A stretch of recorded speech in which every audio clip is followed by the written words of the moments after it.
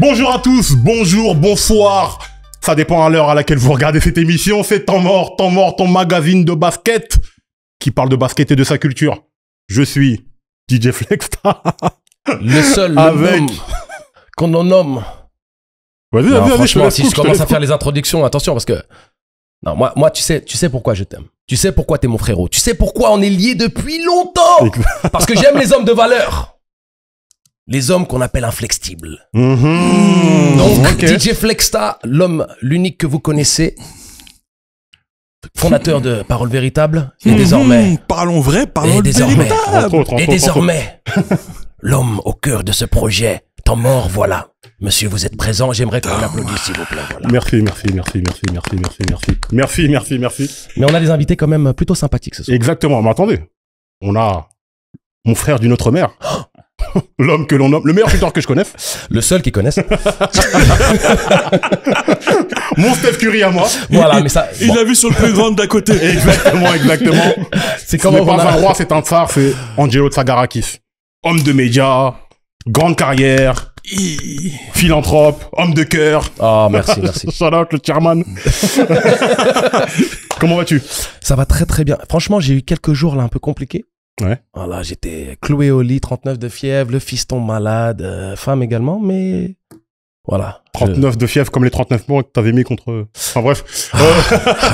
Contre Naël Mévreux, hein, Sergio. Donc, on appelle ça des coups de chaud. Exactement. coups de chaud. En tout cas, merci beaucoup.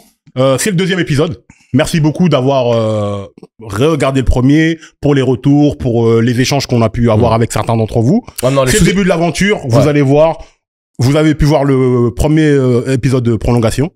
Voilà, on va essayer d'apporter des choses aussi culturelles dans ce débat de basket, histoire de sortir du combien de titres, combien de points, etc. The GOAT. Exactement. Calme-toi, t'es pas calme. Mousse, calme-toi, t'es pas calme. Voilà. Vous les avez entendus. Alors, à notre droite, un autre des visages que vous verrez régulièrement sur le programme, il est doux. Panam represent. Du coup, on l'appelle Smooth. L'artificier. Bang. Le seul Fifé dans la maison. Ah, merci la famille, merci. Fondateur du média, du podcast Off Court. Yeah man, Entre autres. Le seul podcast qui parle de basketball français. Et des Français. Exactement. Merci pour ce que tu fais. On peut t'applaudir, hein. On peut t'applaudir. Je m'applaudis moi-même. Merci d'abord pour l'invitation. Le Tsar et Monsieur Flex. Franchement, c'est un kiff de pouvoir réunir des acteurs et parler basket comme on aime. Ouais. Franchement, vous avez mis les moyens, chapeau bas. En fait, c'est ça. Merci beaucoup. Le concept, il est assez simple. Le concept, c'est de mettre un petit peu tout le monde d'accord et de réunir tout le monde surtout. Parce qu'on essaye toujours... Je pense qu'il y a une dynamique, que ce soit dans les personal trainers, que ce soit dans les médias, que ce soit dans n'importe quel secteur, on est toujours en train d'essayer de se diviser et de se séparer des autres et de laisser les autres derrière. Moi, l'idée, c'est pas de laisser qui que ce soit derrière, c'est d'aller le plus haut possible. Et si on peut emmener tout le monde avec, je pense qu'il y a de la place pour tout le monde. Tu parles vrai. Et que tout le monde peut manger à la même table et avoir le ventre bien rempli. Donc, l'idée, c'est de... Voilà. Accueillir tous ceux qui aiment le basket et tous ceux qui veulent découvrir le basket et puis ceux qui aiment la culture.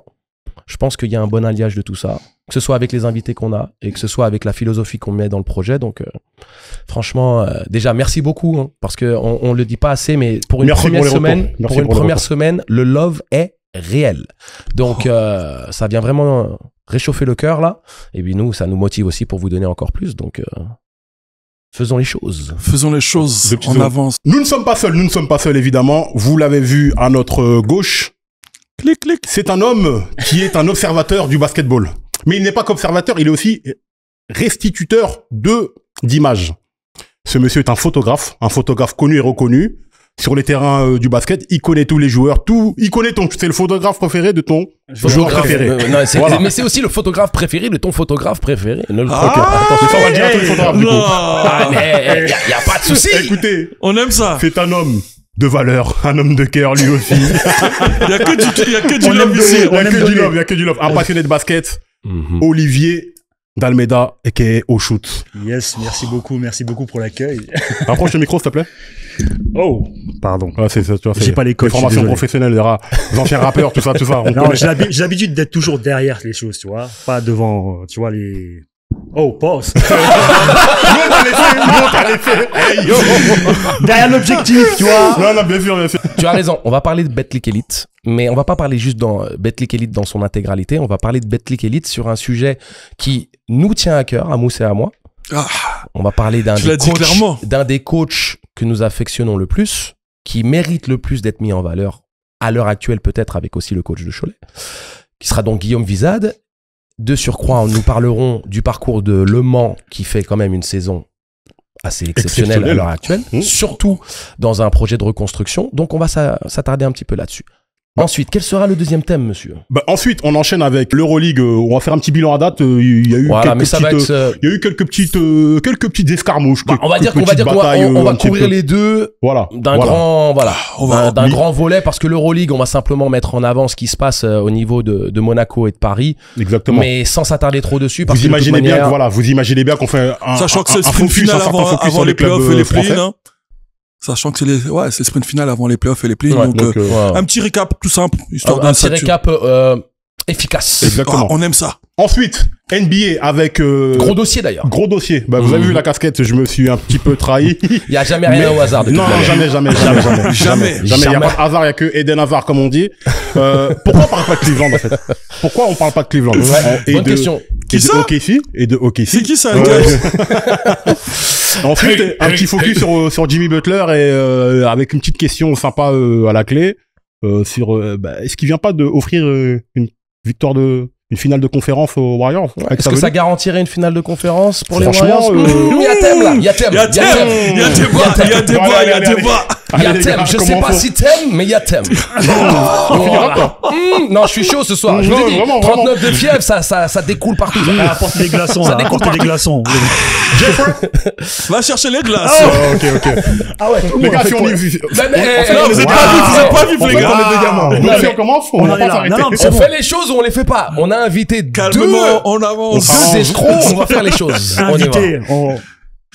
Kidnapping. En fait, voilà, pour la petite histoire, Olivier ne savait pas qu'il serait là, mais bon, il pouvait être si, je savais que je serais là. Je savais que je serais là, mais je savais pas que j'étais invité. La preuve, regarde, je suis en hoodie, tout le monde est joli. Mais non, toi aussi, mais t'es photographe. Mais on peut expliquer le contexte, on peut également partager une information assez magnifique. L'invité qui était supposé venir, qui était... Non, je peux pas dire. Bon, l'invité qui était supposé venir, donc ça c'est... The Ghost. A eu un heureux événement. Félicitations. Donc félicitations et longue vie au bébé, longue vie, santé aussi à la maman. Et donc, on a eu un mec on a la famille qui a eu le cœur, la bonté, la générosité, le temps, le déclenchement, l'emploi du temps de nous rejoindre sur un appel. On aurait fait l'émission à 3, mais je peux te dire avec sincérité qu'on est très heureux de la faire à 4 avec toi. Il n'y a que du love sur ce plateau. Que du love, c'est magnifique. Les gars, merci. Bon les gars. Bon, on va commencer donc. Yes. Le Mans. Est-ce que ce serait pas une espèce de poil à gratter monégasque? C'est plus un poil à gratter. Non. Attention, Flex, commence pas comme ça, je te trouve un peu irrespectueux.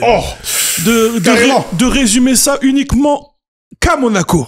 Je sais pas si Angelo va être d'accord avec moi. Non, parce que c'est pour faire écho à la première émission où on se demandait qui pouvait stopper Monaco. Apparemment, on a trouvé un candidat. Ok, si tu vas dans ce sens-là, ok, vas-y, vas-y. Vous avez vu comment il a ma bête. Il a voulu le cueillir. Ma bête, j'ai pas de problème à le reconnaître, vas-y, je t'en prie. Non, mais pour le coup. Là, on se rend compte que, parce que la semaine dernière, on n'a pas taré d'éloge sur le parcours de Monaco, l'effectif, le travail du coach, etc., etc. Mais on se rend compte que dans leur bilan, il y a une équipe de relous, là, qui les laisse pas tranquilles. C'est vrai que là, en termes de confrontation directe, on va le dire clairement, il y a eu 2 matchs, mais 2 victoires. Et pas n'importe quelle victoire. Correction.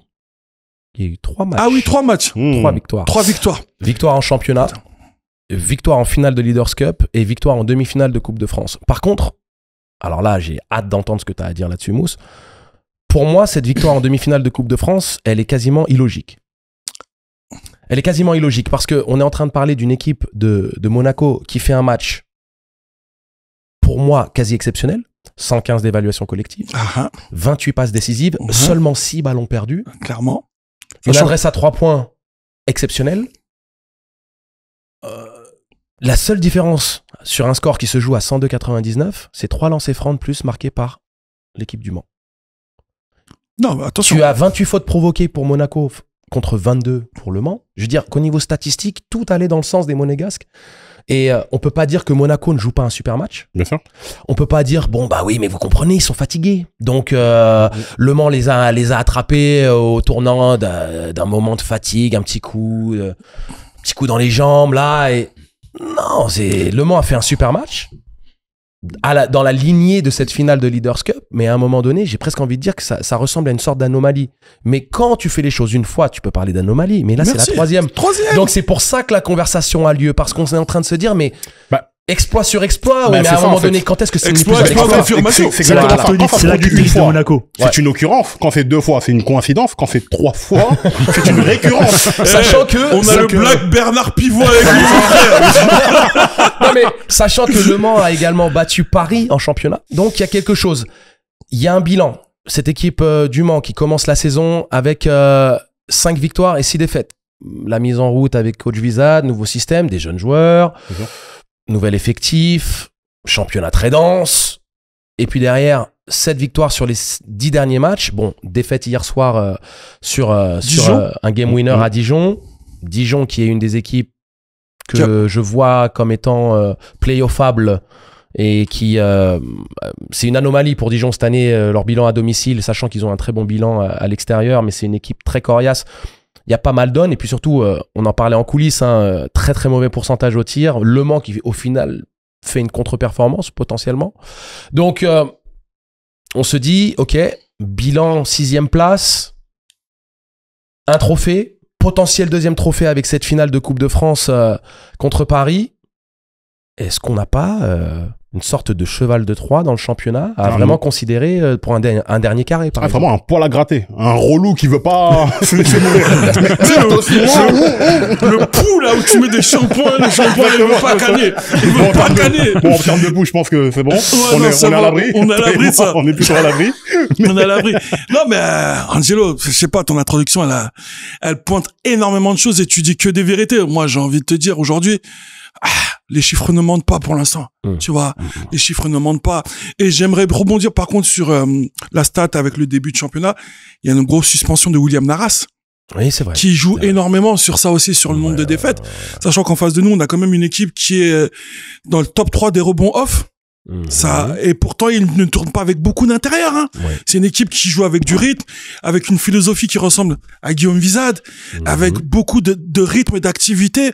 Et force est de constater que ça déplaît à Monaco, qui ça leur convient pas du tout.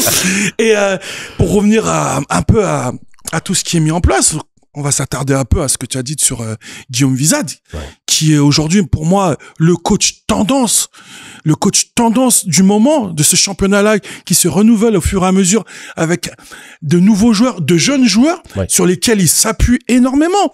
Et j'ai l'impression il s'est construit et il a pris le temps de se construire. Tu vois ce que je veux dire? Mais parcours très très très atypique. Guillaume Vizad, que j'affectionne personnellement beaucoup parce qu'en plus c'est un mec de la même génération que moi à 2 années près. C'est un 80s baby. Donc shout out à tous les 80s babies qui nous regardent. Gang gang. Gang.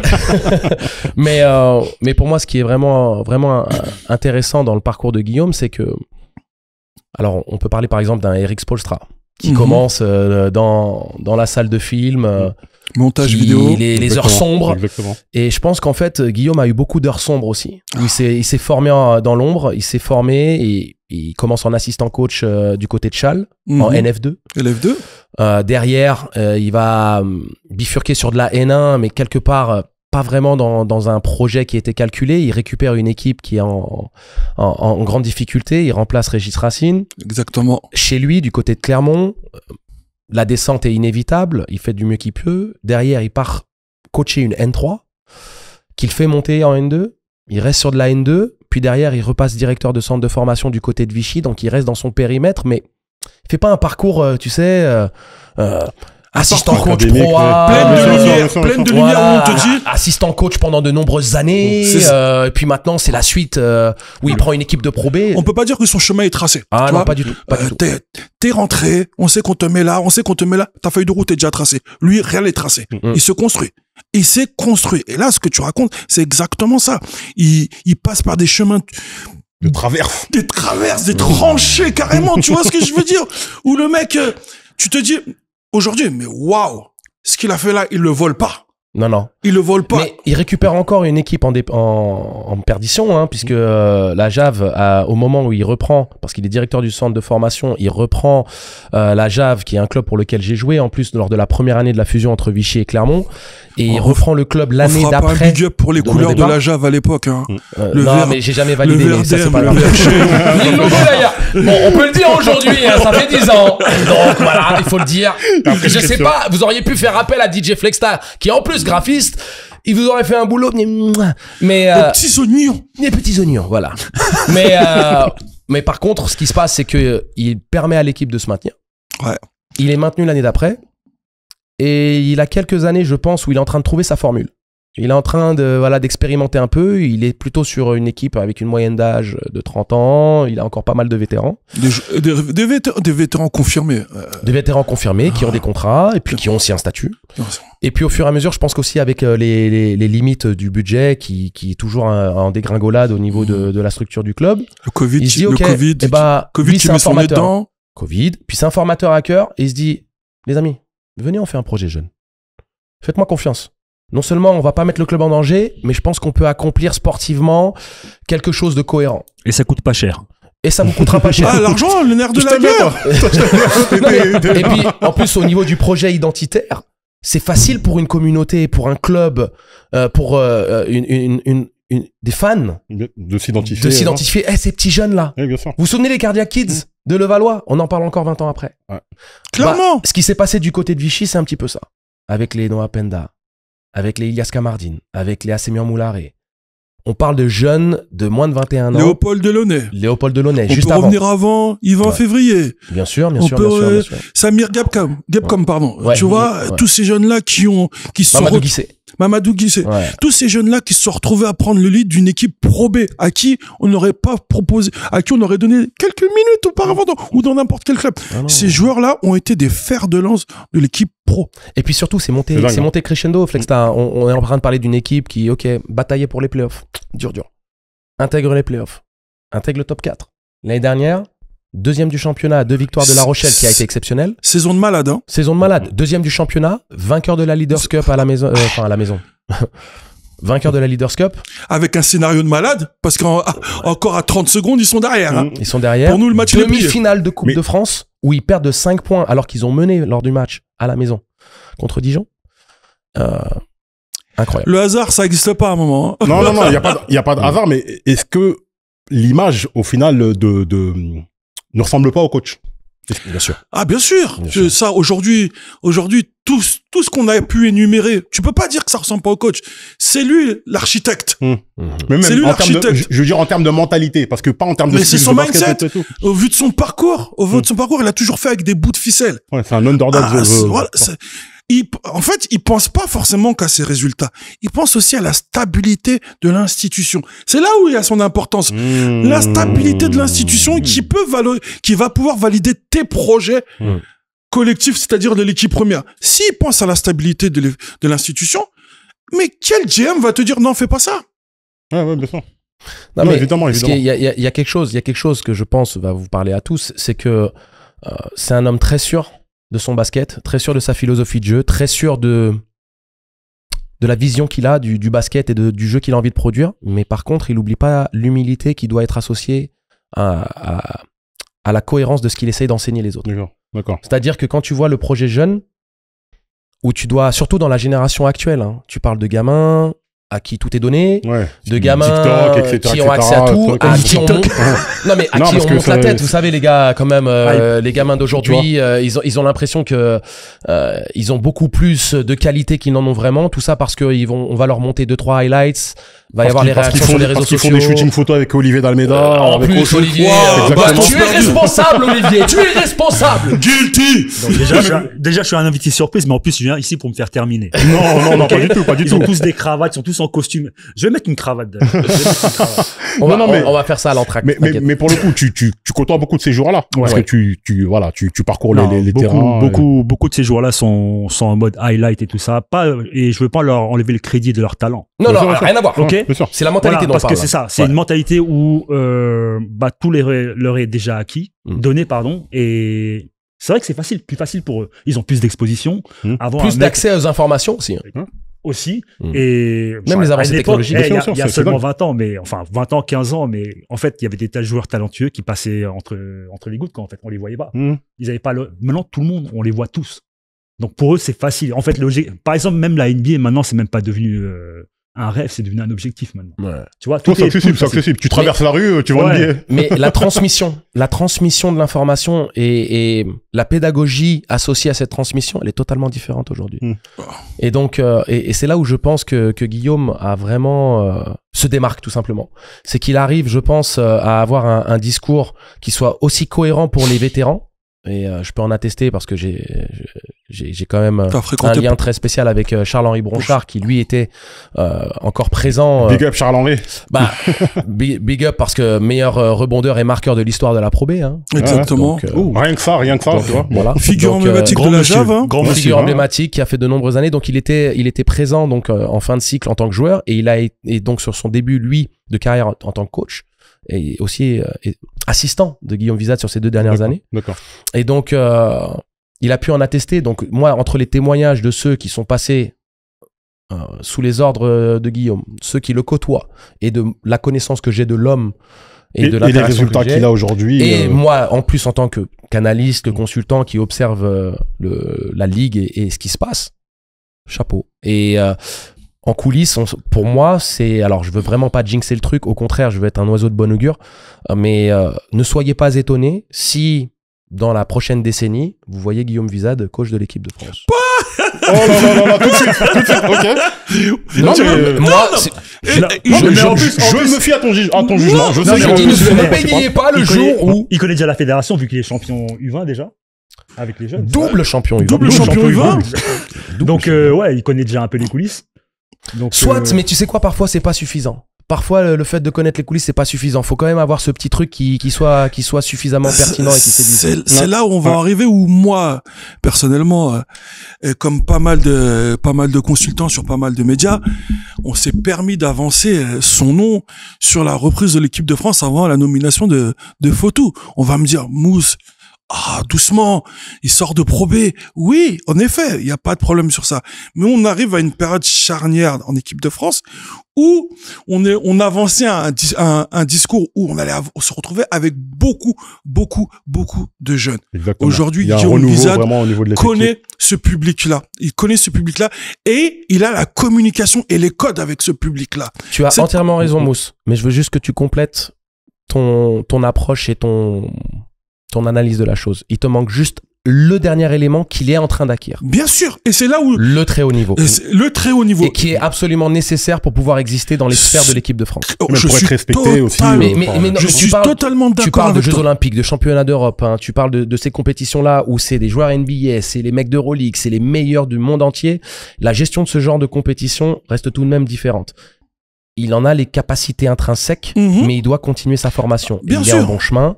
Il est même en Pour très ça bon que chemin. quand hein. tu vois ce qui est en train de se passer, par contre, je veux pas mettre la charrue avant les bœufs, les amis, et je veux pas non plus jinxer, je veux pas lui porter l'œil. Non, t'as loin parlé de là. de 10 ans. T'as parlé de 10 Mais ans. j'ai donc, dit- ça va. Ouais, c'est ça Si, qu'il a vu voilà, large. si. Il a vu large. Il a du temps. Voilà. Mais du coup, la formation, elle doit durer combien de temps Hmm Sa formation, elle doit durer combien de temps Écoute, il a fait quoi 7 ans à la Jave, Mousse Ouais. 7 ans à la Jave, vous lui donnez encore, 6 bonnes années, 6-7 bonnes années, sachant, est-ce que son avenir sera lié autant de temps au Bah, il a Mans renouvelé jusqu'à 2028. Hein.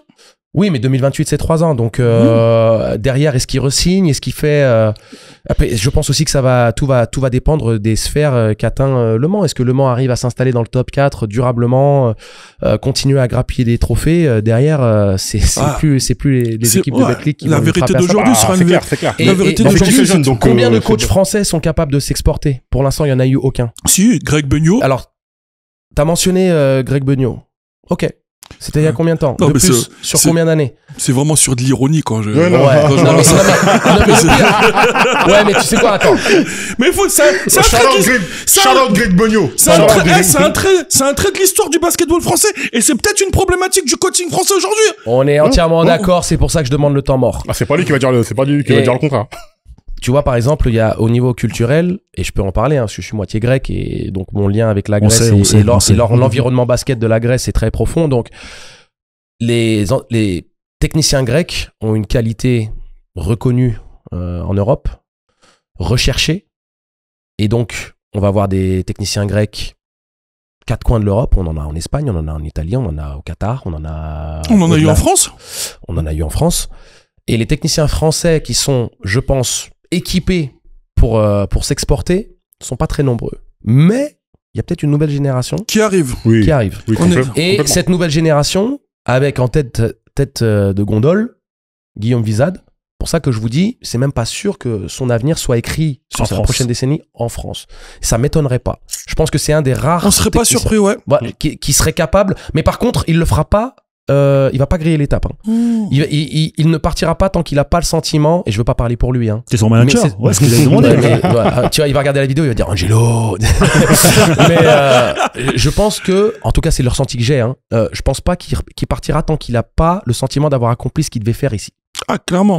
Mais et donc, mais il faut aussi pouvoir repousser les limites. Et je pense que s'il veut accéder au niveau qu'il recherche, ce sera pas forcément dans l'Hexagone qu'il le fera. Donc, c'est surtout quelqu'un plus qui est culturellement bien construit, qui a été dans plusieurs continents. Donc, toute cette expertise-là, il l'a vécu, il la connaît. Donc, tu peux lui parler du basket outre-Atlantique, il connaît. Il scoute.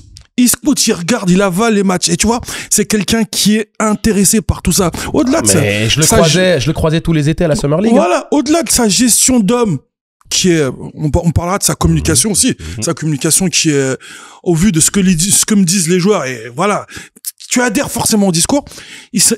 Basket outre-Atlantique, il connaît. Basketball africain, il connaît. Basketball européen, il connaît. The man is ready. Exactement. Non, mais c'est important de mettre l'accent sur son mindset, en fait. Ah, bien sûr. Et de sa communication, parce qu'on parlait des jeunes. Bon, on ironisait un petit peu sur la génération Y qui a ses propres codes, ses propres... Moi, je suis perdu avec les signalisations, là. Gen Z. Je sais même pas laquelle je suis, moi. Je sais même pas. Nous, on est les millennials. Ah, nous, c'est les millennials. Ouais, nous, les millennials. Mais en fait, Millennials. Exactement. Les millennials. Sorry, man.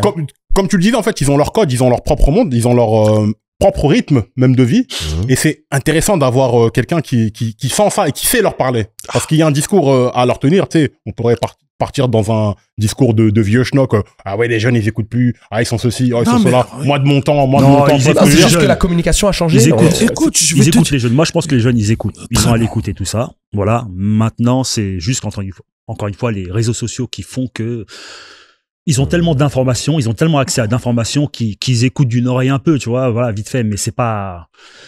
ils appliquent pas tout ce qu'on leur dit. Le trop d'informations, là, je pense que c'est Attends, la j'avais raison. une question, moi, par rapport à l'exportation de Guillaume. Encore une fois, je suis moins technicien que vous, voilà, mais quelle serait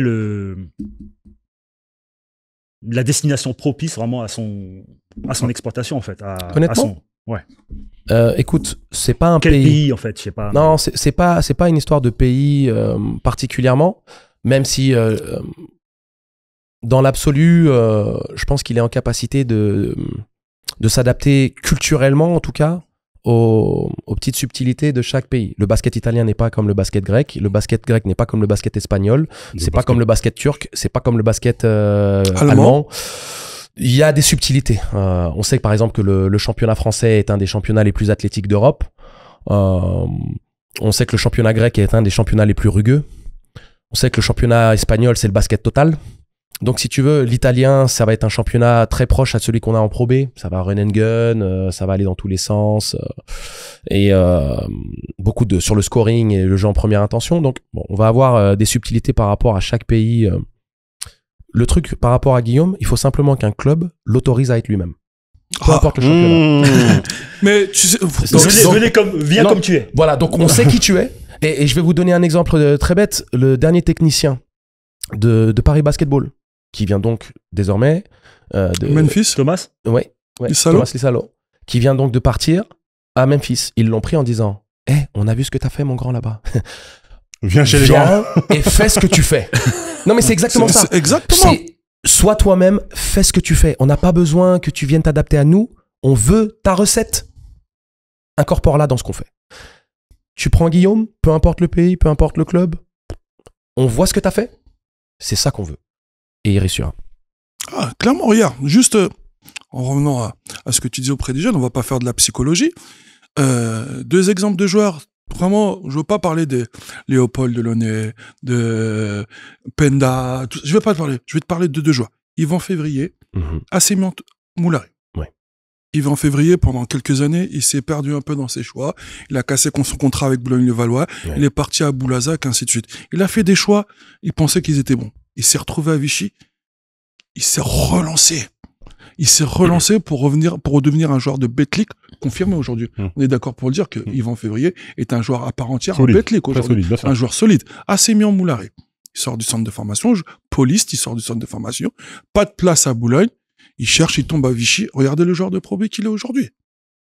Non, mais surtout, je vais approfondir ton propos, Mousse. Je pense surtout qu'il a amené à ces 2 joueurs la notion d'accepter leurs carences, de travailler ces carences, tout en approfondissant leurs qualités.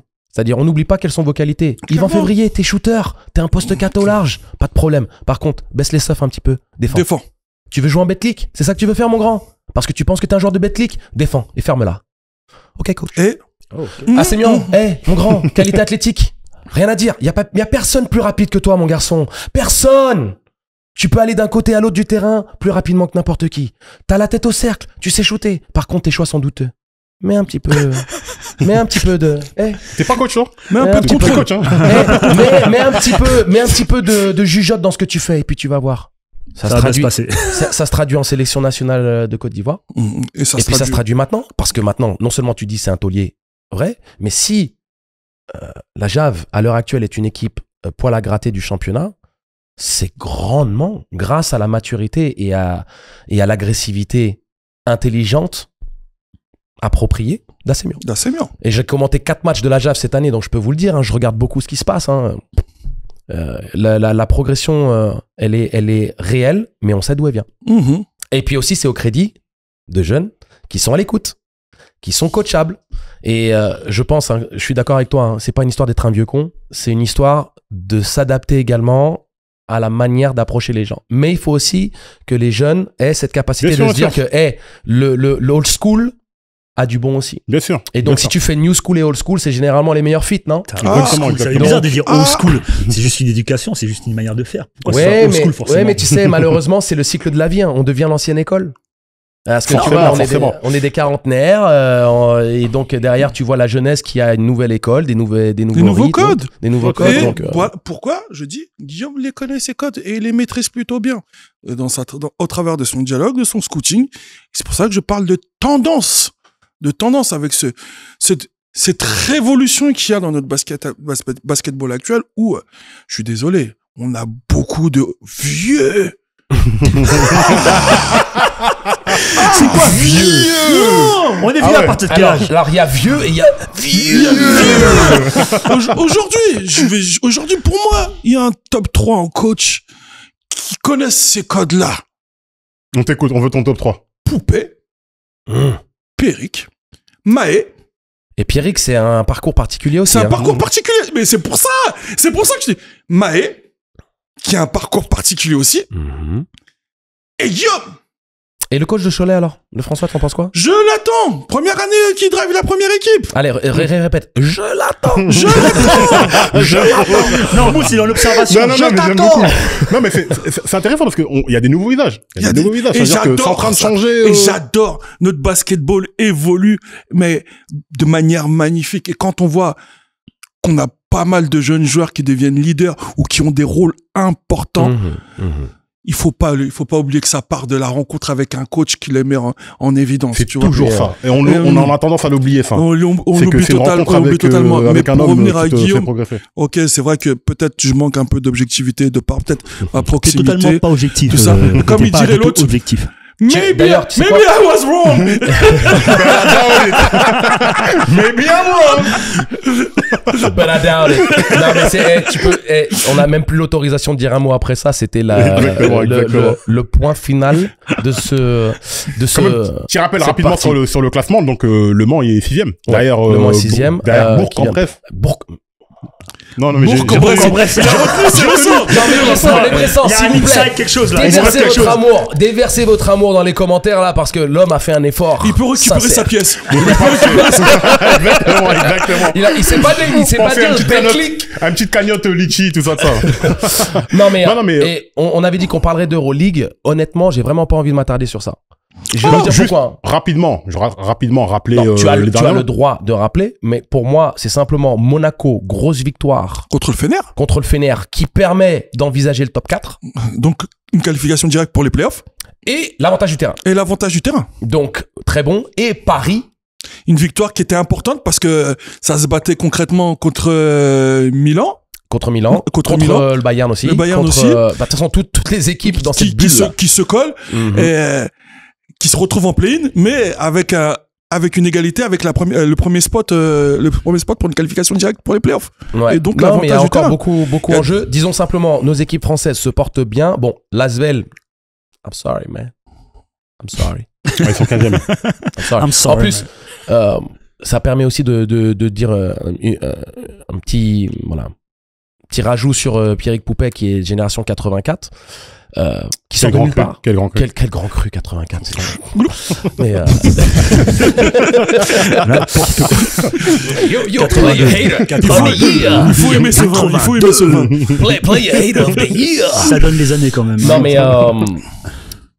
avoir dans le contexte d'une saison juste focus sur la Betclic Elite, on verra comment l'Asvel se comportera en championnat. Mais bon, on sait que l'Euroleague s'est terminé pour l'Asvel, d'ores et déjà éliminé. Mais attention, l'Asvel pas fini. Hein. C'est pas fini.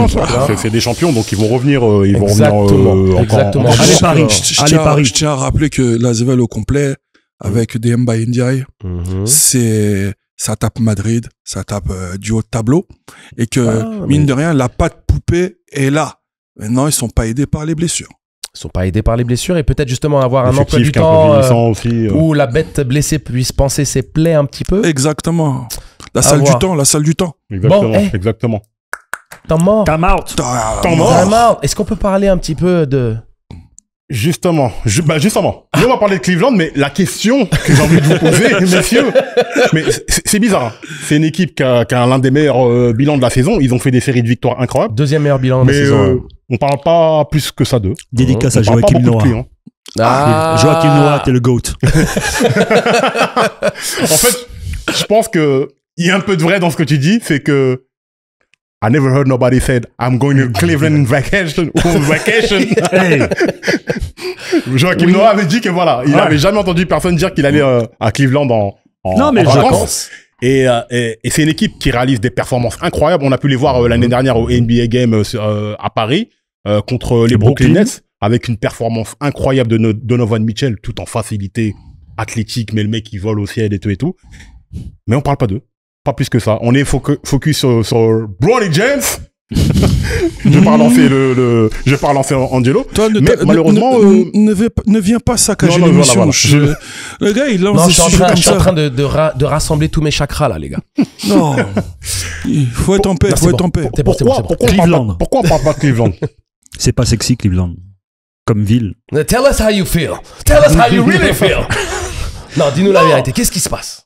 Franchement, Pourquoi? Je sais pas pourquoi. Je sais pas, c'est... Non, toi aussi. Toi, t'as le syndrome Noah. T'as regardé les matchs de Cleveland? J'ai regardé 2-3 matchs et tout ça et ça joue bien. C'est cool. Mais Tu vois ce que je veux dire? c'est incroyable. C'est peut-être le basket le plus attrayant de la ligue. Hein. Franchement, avec les Warriors. moi, je le kiffe ce jour-là. Mais c'est incroyable. Ce mec, Brooklyn a fait n'importe c'est un quoi des meilleurs contre 5 de la ligue, mais On n'en parle pas. On l'entend pas, Moi, il fait pas de on vagues. l'entend pas. De toute façon, il fait pas de vagues. De toute façon, il a jamais fait de vagues. Tu vois, c'est un mec qui est très low-key. Il y a que Safro qui fait des blagues. Exactement. Mais après, en termes de game, il est super présent. Il est en bonne santé. C'est pas un mec qui est blessé. Tu vois, c'est. Il faudrait de l'acier. Tu as oublié l'année dernière, mémoire Non. sélective. Ouais, mais non, en fait, C'est un All-Star en plus, ce mec-là, non? Non, mais je pense qu'il parle sur l'ensemble. la durée. Sur la durée. Ouais, C'est-à-dire sur la durée. qu'un accident de parcours arrive Toi, à n'importe. Qu'est-ce que t'en penses, Mousse?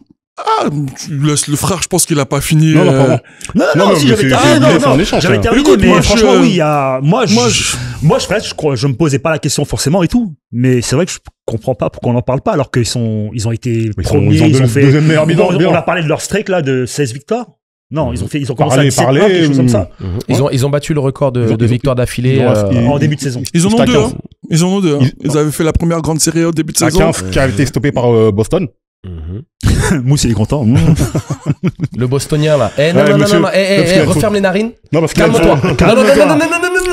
Calme-toi. T'es pas calme. T'es Non, pas je- calme. en fait, il Je veut- sens que tu bois En fait, ce qui est intérieurement. intéressant, Calme-toi. ce qui est intéressant de savoir, c'est que si vous avez la chance d'avoir le numéro de Mousse, vous verrez sur sa photo WhatsApp, il est en photo avec Jason Tatum. Comme ça, même quand tu l'appelles, tu sais qui il est. L'homme au café. Non, franchement, Atkinson fait un boulot de dingue. Non, incroyable. Coach de l'année. Ça se bat avec. Ancien assistant coach ça se bat avec Marc Degnaud. de Collet. Mais apparemment, c'est coach de l'année. Ça se bat. C'est lui. Ouais, même pour moi, ça se bat avec Marc Degnaud. Mais boulot monstre. Moi, où je suis surpris, c'est qu'ils aient pu faire des très très grosses séries. Par contre, n'oublions pas, à l'heure actuelle, on en parle, ils sont sur une grosse série de défaites. Oui, bien sûr. bien Voilà, il faut pas oublier C'est ça. pour ça qu'ils sont nuls, en fait. Ils sont nuls. Non, mais il a tous les ingrédients. Attendez, moi je vous parle réellement de la saison régulière, sur la saison régulière, parce que oui, non, les playoffs c'est une autre histoire. Il exploite toutes les forces de son effectif. Atkinson puise sur 9-10 joueurs. Aujourd'hui, à Cleveland, il puise sur 9-10 joueurs. C'est pas Thibodeau. C'est pas...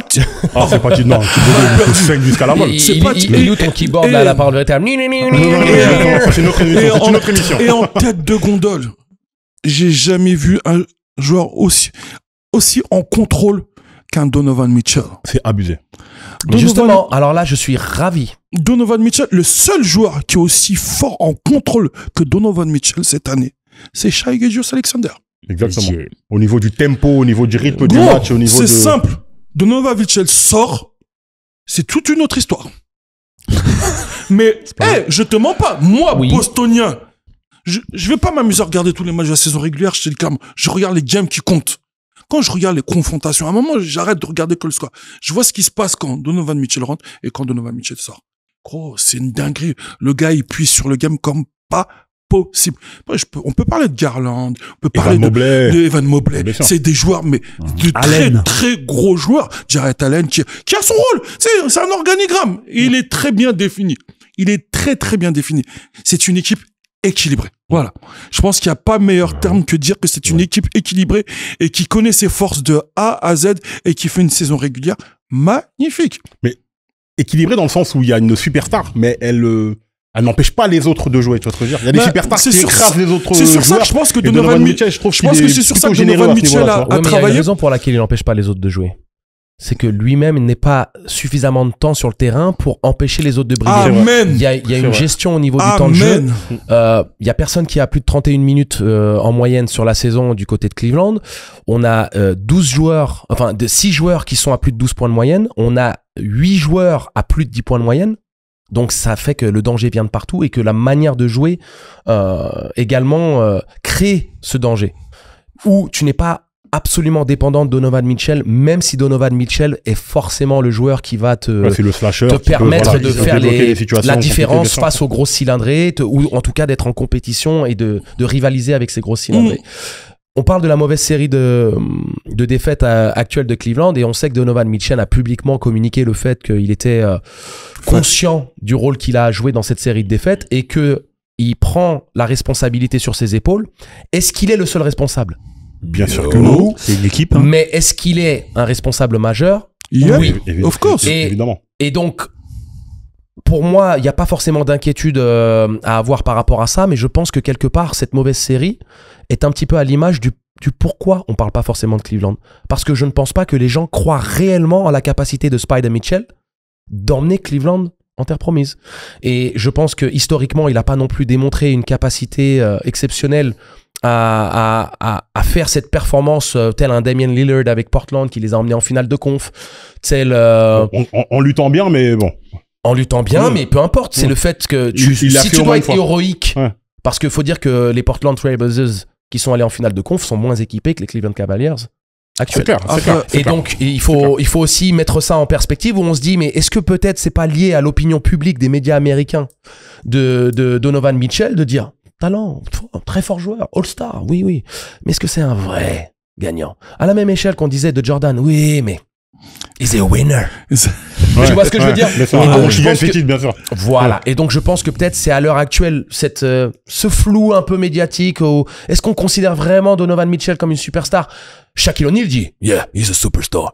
Beaucoup de mecs vont dire, yeah, he's a superstar. Mais la finalité, est-ce que c'est vraiment une superstar vu que vous balayez un petit peu de ce qui se passe du côté de Cleveland? Vous en parlez pas beaucoup. Si c'était une vraie superstar, vous appuieriez beaucoup plus sur ce qui se passe. Après, le petit marché de Cleveland, je l'accepte. En fait, c'est ça. Non, mais le jeu pratiqué par Cleveland est super sexy. Bien sûr. Mais n'oublions pas que ça reste une ligue de spectacle, de business. Au niveau spectacle dans le jeu. Mais surtout d'advertising. Après, est-ce que tu arrives à intéresser des marques? Je pense que si le transfert de Donovan Mitchell avait été fait à New York, il serait plus huge. Mais bien sûr. Bien sûr. Évidemment, c'est une superstar en vrai. Je rebondis sur ça. Pourquoi, mais New York te transforme en superstar. Jeremy Lin. Pourquoi il a été transféré? Autant pour moi. Non, mais New York te transforme. Ce que tu fais à New York, c'est simple. Le score que tu fais, imagine, je mets 10 points à Milwaukee, je mets 10 points à New York, la valeur n'a pas la même. Mais bien sûr, évidemment. Mais attends, tu voulais rebondir, tu vois Mousse? Pourquoi il a été transféré des Jazz en tant que Rudy Gobert? Talk to us. Ils estimaient qu'il avait atteint son plafond de verre, qu'il ne pouvait pas porter l'équipe. Mais il y a un match qui aurait pu le faire basculer de l'autre côté de la lumière où on leur a dit que ça aurait été une superstar. Cette demi-finale de conférence contre les Denver Nuggets. Les Bubbles. Les Bubbles. Entre lui et avec le match-up contre Jamal Murray. C'était quelque chose. Match-up de la Non, franchement, on a bien mangé. C'était quelque chose. Toi, si t'es fan de basket, tu manges ça, tu regardes ça. Franchement, c'est magnifique. Nickel, à des arachides s'il faut. Mais le gars, il a pas fait. Mais aujourd'hui, c'est un joueur extraordinaire, spectaculaire.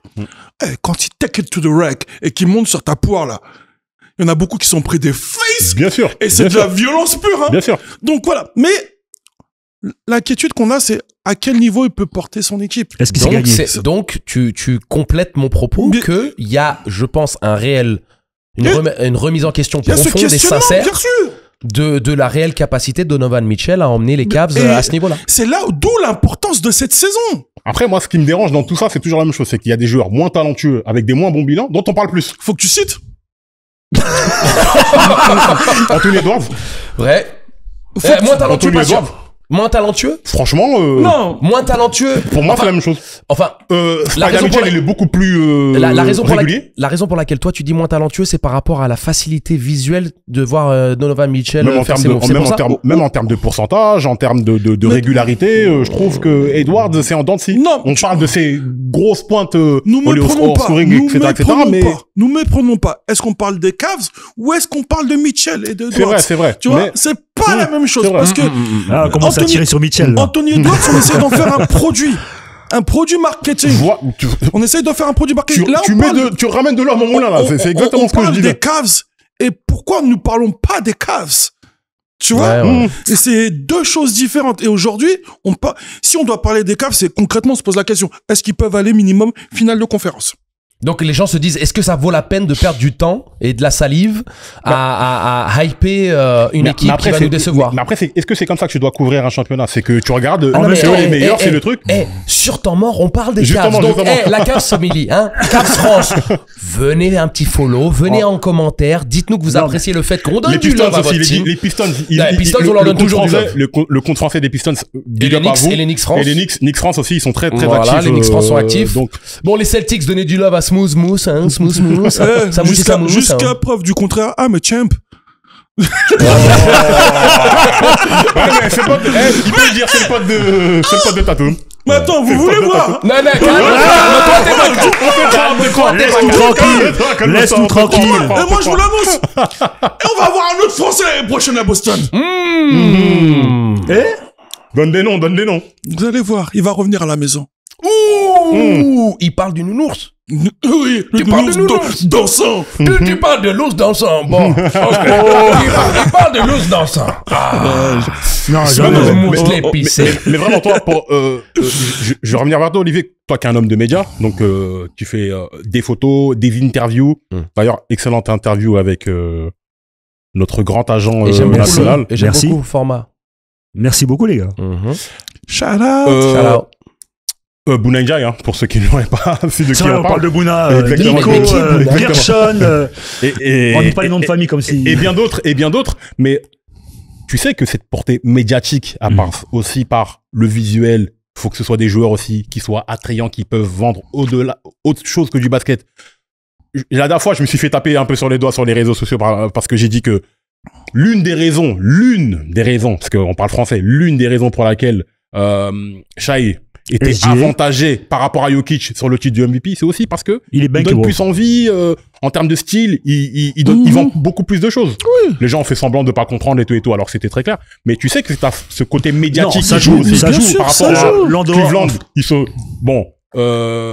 Spider Mitchell, tu vois ce que je veux dire, il dégage pas non plus cette aura de superstar, tu vois ce que je veux dire? De toute façon, même ses baskets sont moches. Voilà. J'ai pas voulu le dire. J'ai pas voulu le dire. Ses baskets sont moches. Olivier, je te permets pas de parler de ce sponsor, s'il te plaît. Non, je parle pas d'Adidas, je parle de la Spike.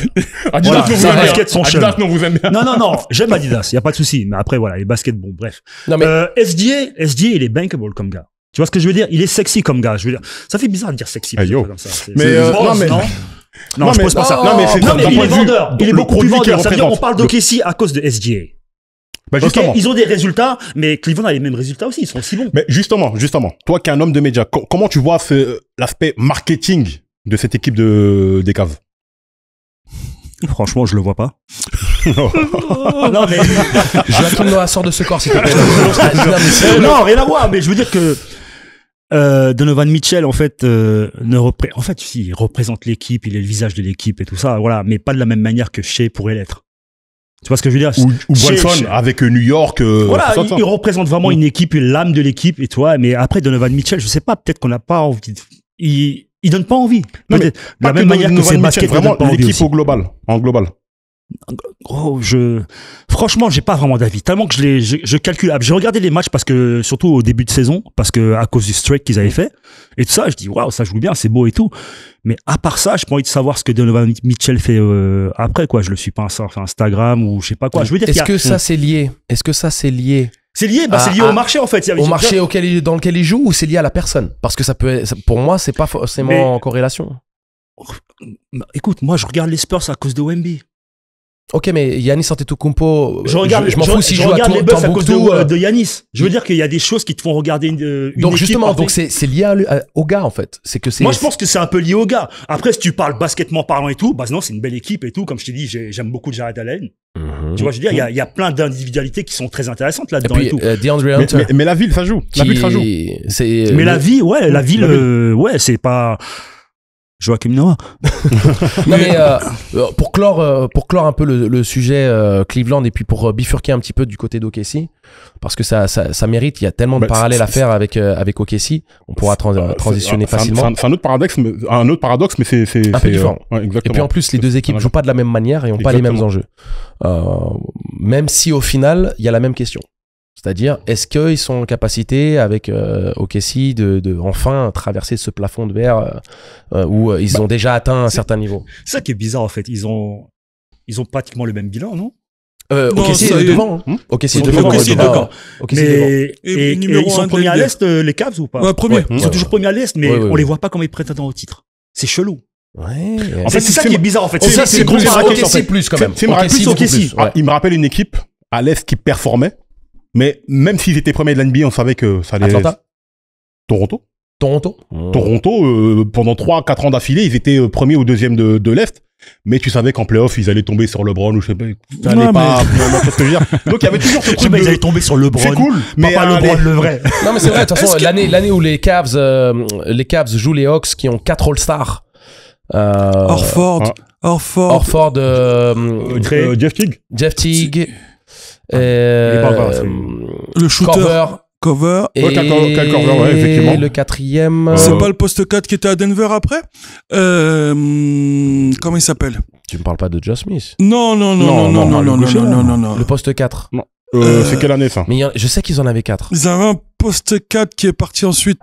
Kyle Korver, il a été All-Star. Oui, mon ami. Oui. Wow. Qui était à Denver. Oui, mon ami. Qui était à Denver. Les shooters. Très grand shooter. Très grand shooter. Ah, damn, j'ai oublié son Ça nom. me sort de... Et il était à Denver il y a 3 ans. Et il formait une doublette avec Jokic. Une doublette avec Jokic. Oui, bref, Oh c'est là, le trou noir, s'il vous plaît. Commentaire. Vous nous le direz dans les commentaires, on peut plus parler Je de tout. déteste ça. Moi, je suis content, je suis photographe, je sais pas comme des experts comme eux, là, ou quoi ça. Moi, je sais. Non, mais expert, C'est un peu vous, fatigué. les analystes. Non, mais, pour le coup, c'est vrai qu'il y a un parallèle intéressant à faire avec OKC. On parle d'OKC, mais on parle surtout de Shai. Oui. Essentiellement. On parle pas vraiment de OKC, essentiellement de Shai. Mais ça veut dire parce même que- Chet Holmgren, qui est là-bas. Bon, il y a Williams, on parle quand même de Williams du côté d'OKC. Qui est All-Star. Oui, c'est vrai aussi. mais franchement, Williams. nettement moins que Oui, de tu en Shai, parles parce qu'il moins, est sur c'est une normal, saison mais- MVP, etc. Ouais, bah Je déjà, comprends. Shai, c'était le deuxième au trophée de MVP la saison passée. Ouais, bien Il sûr, est favori pour le titre de MVP cette année, donc c'est normal que... Mais ça éclipse un petit peu les performances de l'équipe et des coéquipiers.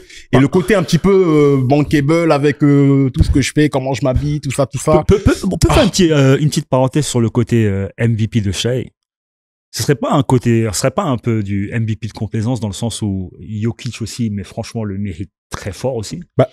Le Et vrai s'il lui MVP, donne- c'est Jokic. Et s'il lui donne, c'est la même manière qu'ils vont le donner à Embiid en fait. Mais oui. En fait, c'est moi, c'est Et ça. encore, en fait, et je le encore vois. pour moi, Et je Embiid dis pas que c'est pas était mérité, plus, hein. Embiid était plus proche. méritant. Et Embiid était plus méritant. Parce qu'il Et défendait, c'est etc. Non mais la tristesse dans C'est tout une ça. question, hein, je sais pas. hein. Non mais c'est une très bonne question parce que tu mets le doigt sur quelque Merci. chose de légitime. Il y a des interrogations ou peut-être des opinions diverses à ce sujet. Embiid pour le coup, au niveau statistique, avait des vrais arguments pour dire non, c'est tout à fait comparable. Et après c'est une histoire de Du résultat et tout. tu préfères la vanille ou le chocolat. Ouais, ouais. Et à un moment donné, il y a pas de... mais c'est vrai en plus. C'est con, vous pouvez rigoler, mais c'était C'est un vrai choix, hein, des choix cornéliens. pour le coup, tu me dis non mais le chocolat, moi c'est la vanille, je vais dire bah je peux comprendre. Après, Non, ouais, moi c'est la vanille, pas le chocolat, bah je peux comprendre aussi. Il y avait pas vraiment de Après, Attends, Mousse, il a quelque chose à dire. Mousse, il est en train de pisser les yeux. Après, ce qu'il faut pas oublier, c'est que on essaye souvent de chercher le MVP dans l'équipe qui est numéro 1. oui. Normalement. Oui. Normalement. Je mesure mes mots. Normalement. On essaie de chercher le MVP dans l'équipe qui est classée numéro 1. Et historiquement, Et c'est souvent Oui. Historiquement, c'est souvent ce cas-là. Ou- On peut pas faire les aveugles, en effet, sur la saison de Jokic, mais n'oublions pas le début de saison catastrophique des Nuggets. Bien sûr. Et- Oui, mais il y a bien sûr. plusieurs raisons et c'est pas oui, Jokic bien le sûr, problème. c'est pas bien sûr. Jokic, mais ta saison, ton titre de MVP a forcément un impact sur ton effectif. Si Jokic est dernier, on lui donne, est-ce qu'on parlerait encore de ces chiffres? Alors, mais je vais aller dans ton sens. Excuse-moi, Alex, je suis obligé de prendre là. Non, c'est Flexta. Excuse-moi, DJ Flexstar. Excuse-moi. L'alias. Toujours. D'ailleurs, moi, c'est plus C'est Olivier, c'est le nom de Oshoot. scène, le nom de scène avant tout. Ok, ok, arrête de m'appeler excusez-moi. Olivier, c'est Oshoot. J'ai donné une information. Pardonne-moi. Non, mais plus sérieusement, tu vas quelque part te shooter une balle dans le pied. Tu retires Shai d'OKC, ça reste une équipe de playoff. Mais elle est pas première. Soit, mais ça reste une équipe de playoff. Elle est pas première. Tu sais ce qui se passe si tu retires Jokic de Denver? Peut-être playoffable aussi. Non, même pas proche. Elle est proche de la loterie. Peut-être playoffable. Elle est proche de la loterie. Ce qu'il faut rappeler, c'est que Si tu regardes ce qui se passe, elle est proche de la loterie. Et surtout, quand tu vois la qualité de cette équipe d'OKC, la défense de cette équipe d'OKC, les chiens de la casse de cette équipe. Ludort. Non, mais attends. Tous. Cette équipe, quand tu aimes, Caruso, tout ça, quand sont tu partis aimes sur les Bad Boys de Détroit, tu aimes Nasty le Game, joueur tu aimes d'OKC. OKC. Moi, j'insiste sur un fait, c'est que Jokic est en triple-double sur la saison. Non, mais c'est des chiffres qui n'ont Ouais, jamais mais eu lieu. c'est-à-dire que Oh, la dernière fois West- qu'un mec il a fait Westbrook, triple double sur la Westbrook saison, il a pris son aussi. MVP. Vous n'avez pas entendu mais ce que c'est ce j'ai que je dit. veux Vous n'avez pas entendu ce que j'ai dit. Et je n'ai pas dit que le triple-double n'a jamais eu lieu. Les chiffres n'ont Ouais, jamais eu lieu. les chiffres. C'est vrai que le 30-20-20, là. Écoutez les c'est- propos. Les mots sont français. Oh. Le triple-double. ça y est. Qu'est-ce que Ça va. qu'est-ce que vous insinuez, monsieur Angelo Capello. Ah, Ça va. Non, mais ça non, mais va. la dernière fois que Westbrook a fait sa saison MVP avec un triple-double, on a dit, c'est incroyable, on est obligé de te le donner, même si t'es 6e. mhm. Là, Jokic, il fait une saison MVP avec des meilleurs Ah, chiffres. mais Et il est sur une continuité, je sur un pense- run, et on va pas lui donner. Je pense que la NBA veut remettre certaines choses dites à la normale. Je dis pas ce qu'ils font, c'est pas normal, mais ils essayent aussi de revenir dans des standards où les titres doivent être donnés peut-être Au vainqueur. à des vainqueurs ou à ceux qui sont le mieux placés, mais ça n'empêche que la saison et ce que fait Jokic, c'est un extraterrestre, un gars sans life, sans style, sans flow, qui pense qu'à ses chevaux, qui vient, Dis vas-y, pas je te, son life, il a les chevaux, il je a te- plein de je te- choses, ok? je te fais ça et je rentre chez moi. Ah, vous me soulevez, vos titres MVP, moi je vais aller jouer avec mes chevaux. C'est gros, Ouais, ouais. gros. Comme on en a parlé à un moment, il est peut-être même pas bankable. Non, mais complètement. Tu vois, Il en a pas C'est-à-dire envie. qu'il n'y a aucun sponsor qui fait un truc avec Jokic parce que Par- MVP ou je sais pas quoi. parenthèse que Alors qu'avec j'ouvre- Shai, tu peux vendre des fourrures, des... Parenthèse Bah que oui, j'ouvre et je ferme pour Angelo, cuir. dédicace Paul Millsap. Voilà, je Merci. referme. Je vais faire Je referme. Non, mais on est des ouf. Je referme. Merci, Et donc, merci, voilà. merci. C'est le parenthèse que je referme. Mais en effet, c'est dur. On a en face de nous quand même deux très très gros joueurs. Et ce que fait Jokic pour une équipe, en effet, de Denver, sans lui, c'est pas la même. En effet, sur ce genre de joueur, tu pètes un plomb, tu te dis, il est partout. C'est un 5 qui joue au large, qui décide de jouer près du panier et qui joue meneur en étant près du panier. Non, Oh, mais gros, c'est incroyable, simple. c'est incroyable. Hey, il joue center guard. Voilà. On a inventé le poste. Ça me regarde à Center Parks. Ah, laisse tomber. Mais Imagine Jokic à New York à Center concrètement, Park. je pense que pour valider tout le process et toute la difficulté qu'OKC a eu auparavant en faisant des trades, en ayant des monnaies d'échange, on se demandait mais qu'est-ce qu'ils vont faire avec tout ça et qu'aujourd'hui ça paye. C'est aussi pour valoriser le travail de l'organisation qui donneront peut-être le titre de Ouais, mais justement, ils ont déjà été en position. comme les Grizzlies, comme les Memphis, à qui on a donné le titre de défenseur de l'année à Marc Gasol, alors que c'était une récompense plutôt collective à Exactement. l'image de leur exactement. défense installée. Je terminerai avec deux arguments. Le premier, ça va être une question. Autant OKC fait une excellente saison, mais pour les playoffs qui arrivent, est-ce qu'on a plus confiance en OKC ou en Denver? Moi, personnellement, je tends plus vers Denver. Parce qu'ils ont l'arme absolue qui est Tu Jokic. tends plus sur Jokic. Sur Jokic, ouais, exactement. Et le deuxième argument, qui n'est pas une question pour le coup, qui est une affirmation, et un rappel surtout, il faut rappeler que c'est les journalistes qui votent pour le MVP. Non, les joueurs aussi. Mais les journalistes aussi comptent beaucoup. Et tes journalistes, tu peux faire des choux gras sur davantage sur Jokic ou davantage sur Shai. SGA. Tu vois ce que je veux dire? Donc, je sais que ça, beaucoup ne vont pas comprendre, mais des fois, c'est pas forcément juste. Il y a des hommes et il y a des intérêts derrière aussi qui vont décider qui ont choisi, etc. Parce qu'effectivement, que tu le donnes à l'un ou à l'autre sportivement, ça se vaut, c'est valable, effectivement. Mais après, il y a des choix et des intérêts derrière qui vont orienter le choix plus vers Les l'un intérêts que vers vont l'autre. vers qui? Pour la NBA ou bien ces journalistes? Un petit peu tout. Ce- Les médias ont besoin de ce sont parler des de joueurs qui font des frasques, qui ont des déclarations, qui font des choses régulièrement. Tu vois, c'est pour ça que quand LeBron va partir, il y a des chaînes qui vont fermer, par exemple. Ah, je te jure. Tu vois ce que je veux dire? Tu sais, ils sont des grands acteurs du marché, de la NBA. Du Bien coup, sûr. leurs paroles sont écoutées, sont lues à chaque tweet. Dès que t'entends Wash Bomb, Shems, Bon, il a pris sa Odile retraite là, pour le Abzal, coup. Shemsia, tout ça, ces gars-là ont une voix qu'on entend et qu'on écoute. Et je pense que Jokic, vu quand t'écoutes les podcasts, tout ça, les podcasts même des joueurs, les joueurs reconnaissent son talent. Mais à un moment, Il est chiant. Même Durant, hein, même Kevin Durant. et on essaye de voir ce qui peut briller. Et il y a la transition de la nouvelle génération qui arrive, mine de rien. Bah écoutez, les Warriors, on l'a évoqué quand on préparait cette émission. On voit des Warriors au début de saison qui étaient pas trop mal, qui faisaient un parcours après qu'on dégringolait. Mais là, ils ont fait un trade. JB, Moi, je pense qu'avec ce trade-là, Non, mais toi, quand t'as vu débarquer Butler du côté des Warriors, est-ce que tu t'es dit, Banco, ça va changer la saison de telle sorte à ce que maintenant les Warriors deviennent candidats au titre et autres, surtout ou est-ce que ce tu t'es dit, Butler-là. c'est un feu de paille? Ouais, surtout ce Butler-là, comment il est je dis, parti. il va y de avoir Miami. Avec en oui. plus ce qui s'est passé dans le contexte Miami. Ouais, mais moi, je me suis dit encore, ça va être un problème qui a été déplacé, en fait. Je voyais Jimmy Butler, j'ai fini par voir Jimmy Butler comme un problème, en fait. Dans le sens où, Minnesota, c'était un problème. Enfin, ça s'est toujours mal fini. Philadelphie, ça s'est mal fini. Je me dis, attends, en fait, c'est lui le problème, en fait. Mal fini, Philadelphie, je sais pas. Si, il y avait, c'est pas mal fini, mais je veux dire, ça part jamais, genre, Ça, c'est Ils pas n'ont pas fini, fait confiance, ils ont donné un max à... En fait, ce que Ah, à l'autre, là, Miles Harris! Tobias. non, je pense que quand il dit ça c'est mal fini, c'est pas forcément parce que Non, non, ils il y a s'embrouillent eu pas, mais- il y a eu une embrouille ou autre, C'est mais pas quand il dit cordial. ça c'est mal fini, ça c'est que forcément il y a soit de la rancœur, soit de l'antagonisme, que ce soit au sein du vestiaire, avec le front office. Mais en fait, ouais, moi j'ai vu Jimmy Butler quand je l'ai vu arriver à Golden State, j'ai vu ça, en fait, pas comme un problème sportif ou quoi que ce soit, mais je me dis, humainement, il doit être chiant un peu, lui. C'est ce que j'ai pensé réellement. Je dis, il doit être casse bonbon. Ah, tu voulais dire casse-couille, mais dis-le. Je veux dire, tu penses que ici Mais sur il y a des YouTube, filtres. ils sont pas trop... ils ont pas trop- Il y a pas de problème. Non, mais parce que faut effectivement rappeler qu'il est parti avec perte et fracas de Miami, où il a eu des comportements clairement non Pas professionnels. professionnels. Voilà, pas professionnels du tout. On sait qu'il y a un clash avec Pat Riley, qui lui aussi est un peu vieillissant et qui commence à perdre pied au niveau de la communication avec cette nouvelle génération, etc., etc.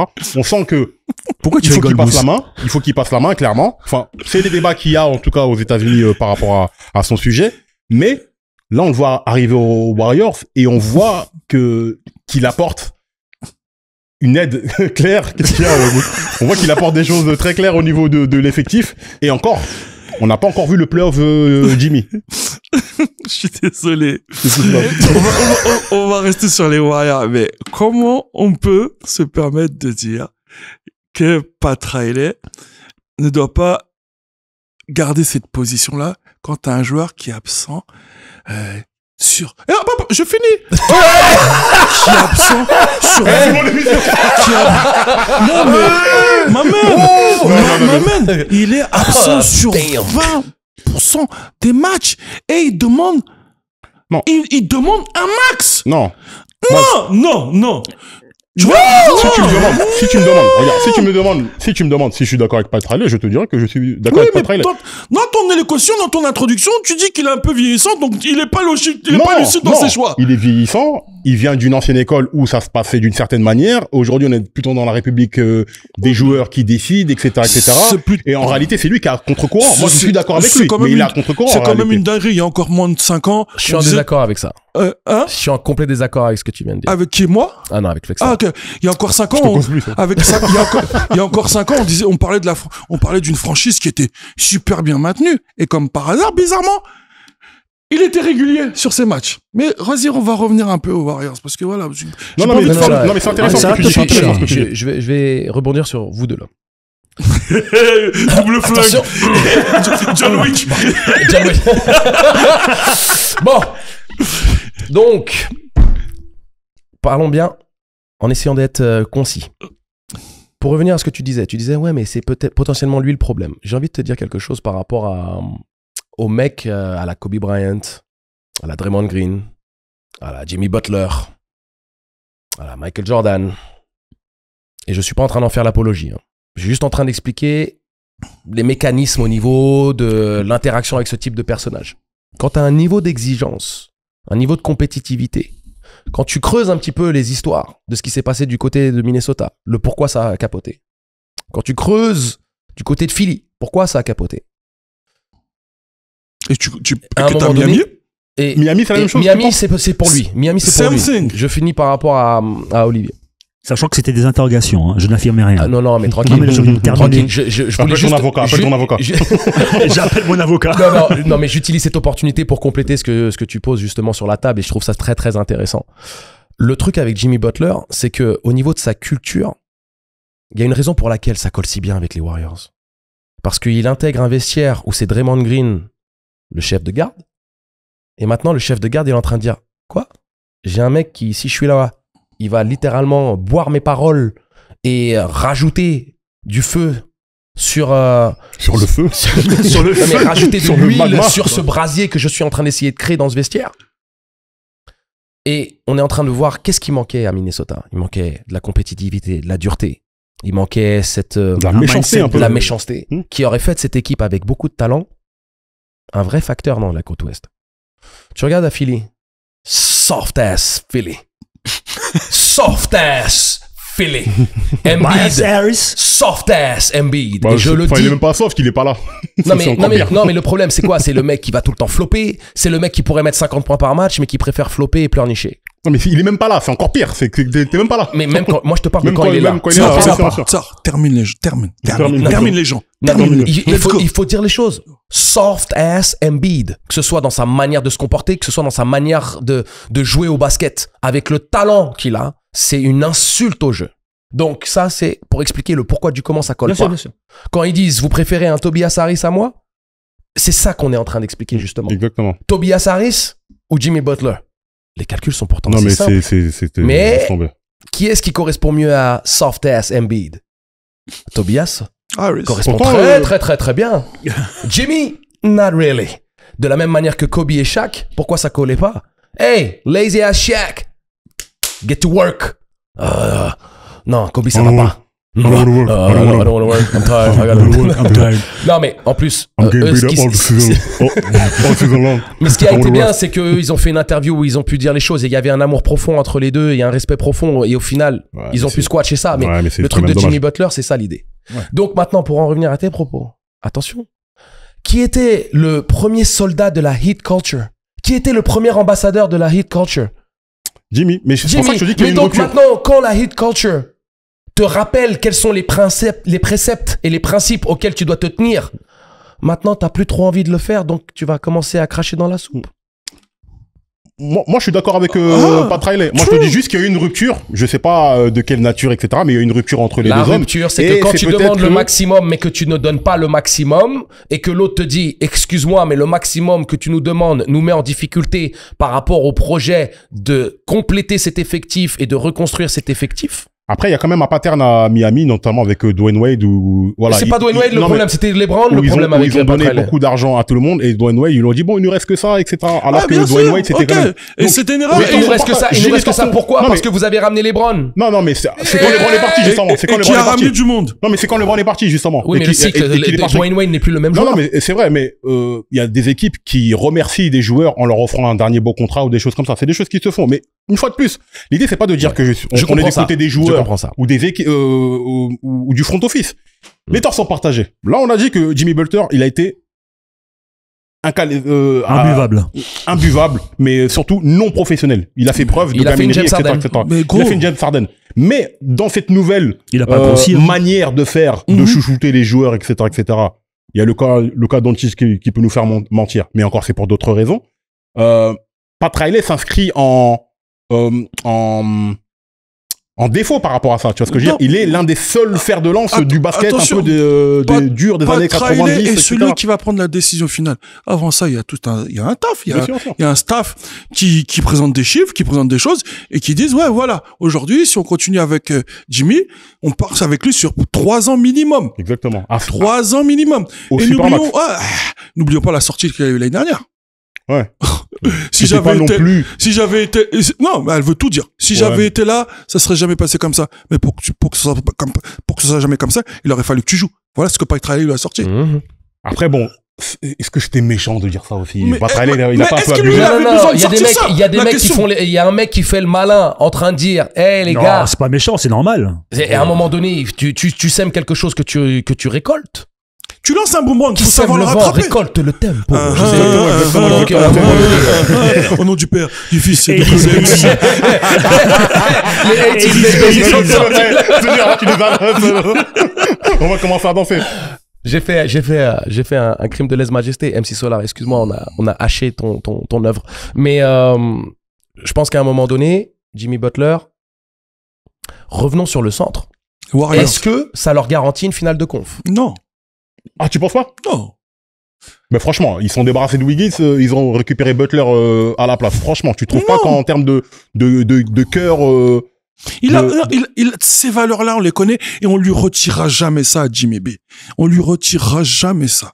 Mais gros, après les trois là, il y a un chantier, c'est vrai. il faut que tu fasses jouer Curry plus de 30 minutes. Il faut que tu fasses jouer Jimmy plus de 30 minutes. Non, il faut que tu les fasses jouer plus de 35. 35. Tu penses pas que sur un dernier tour d'honneur, ils sont capables sur de... des séries de playoffs, c'est comme si tu me dis aujourd'hui, mets LeBron James sur 7 matchs. Non, après Le son James, titre à ça la doit qu'il clinique, est fait, tout va hein. bien. Je veux dire, sur 7 matchs, ça doit passer. Ça passe. Magnifique. Le petit moment de... Ça voulait, ça monte.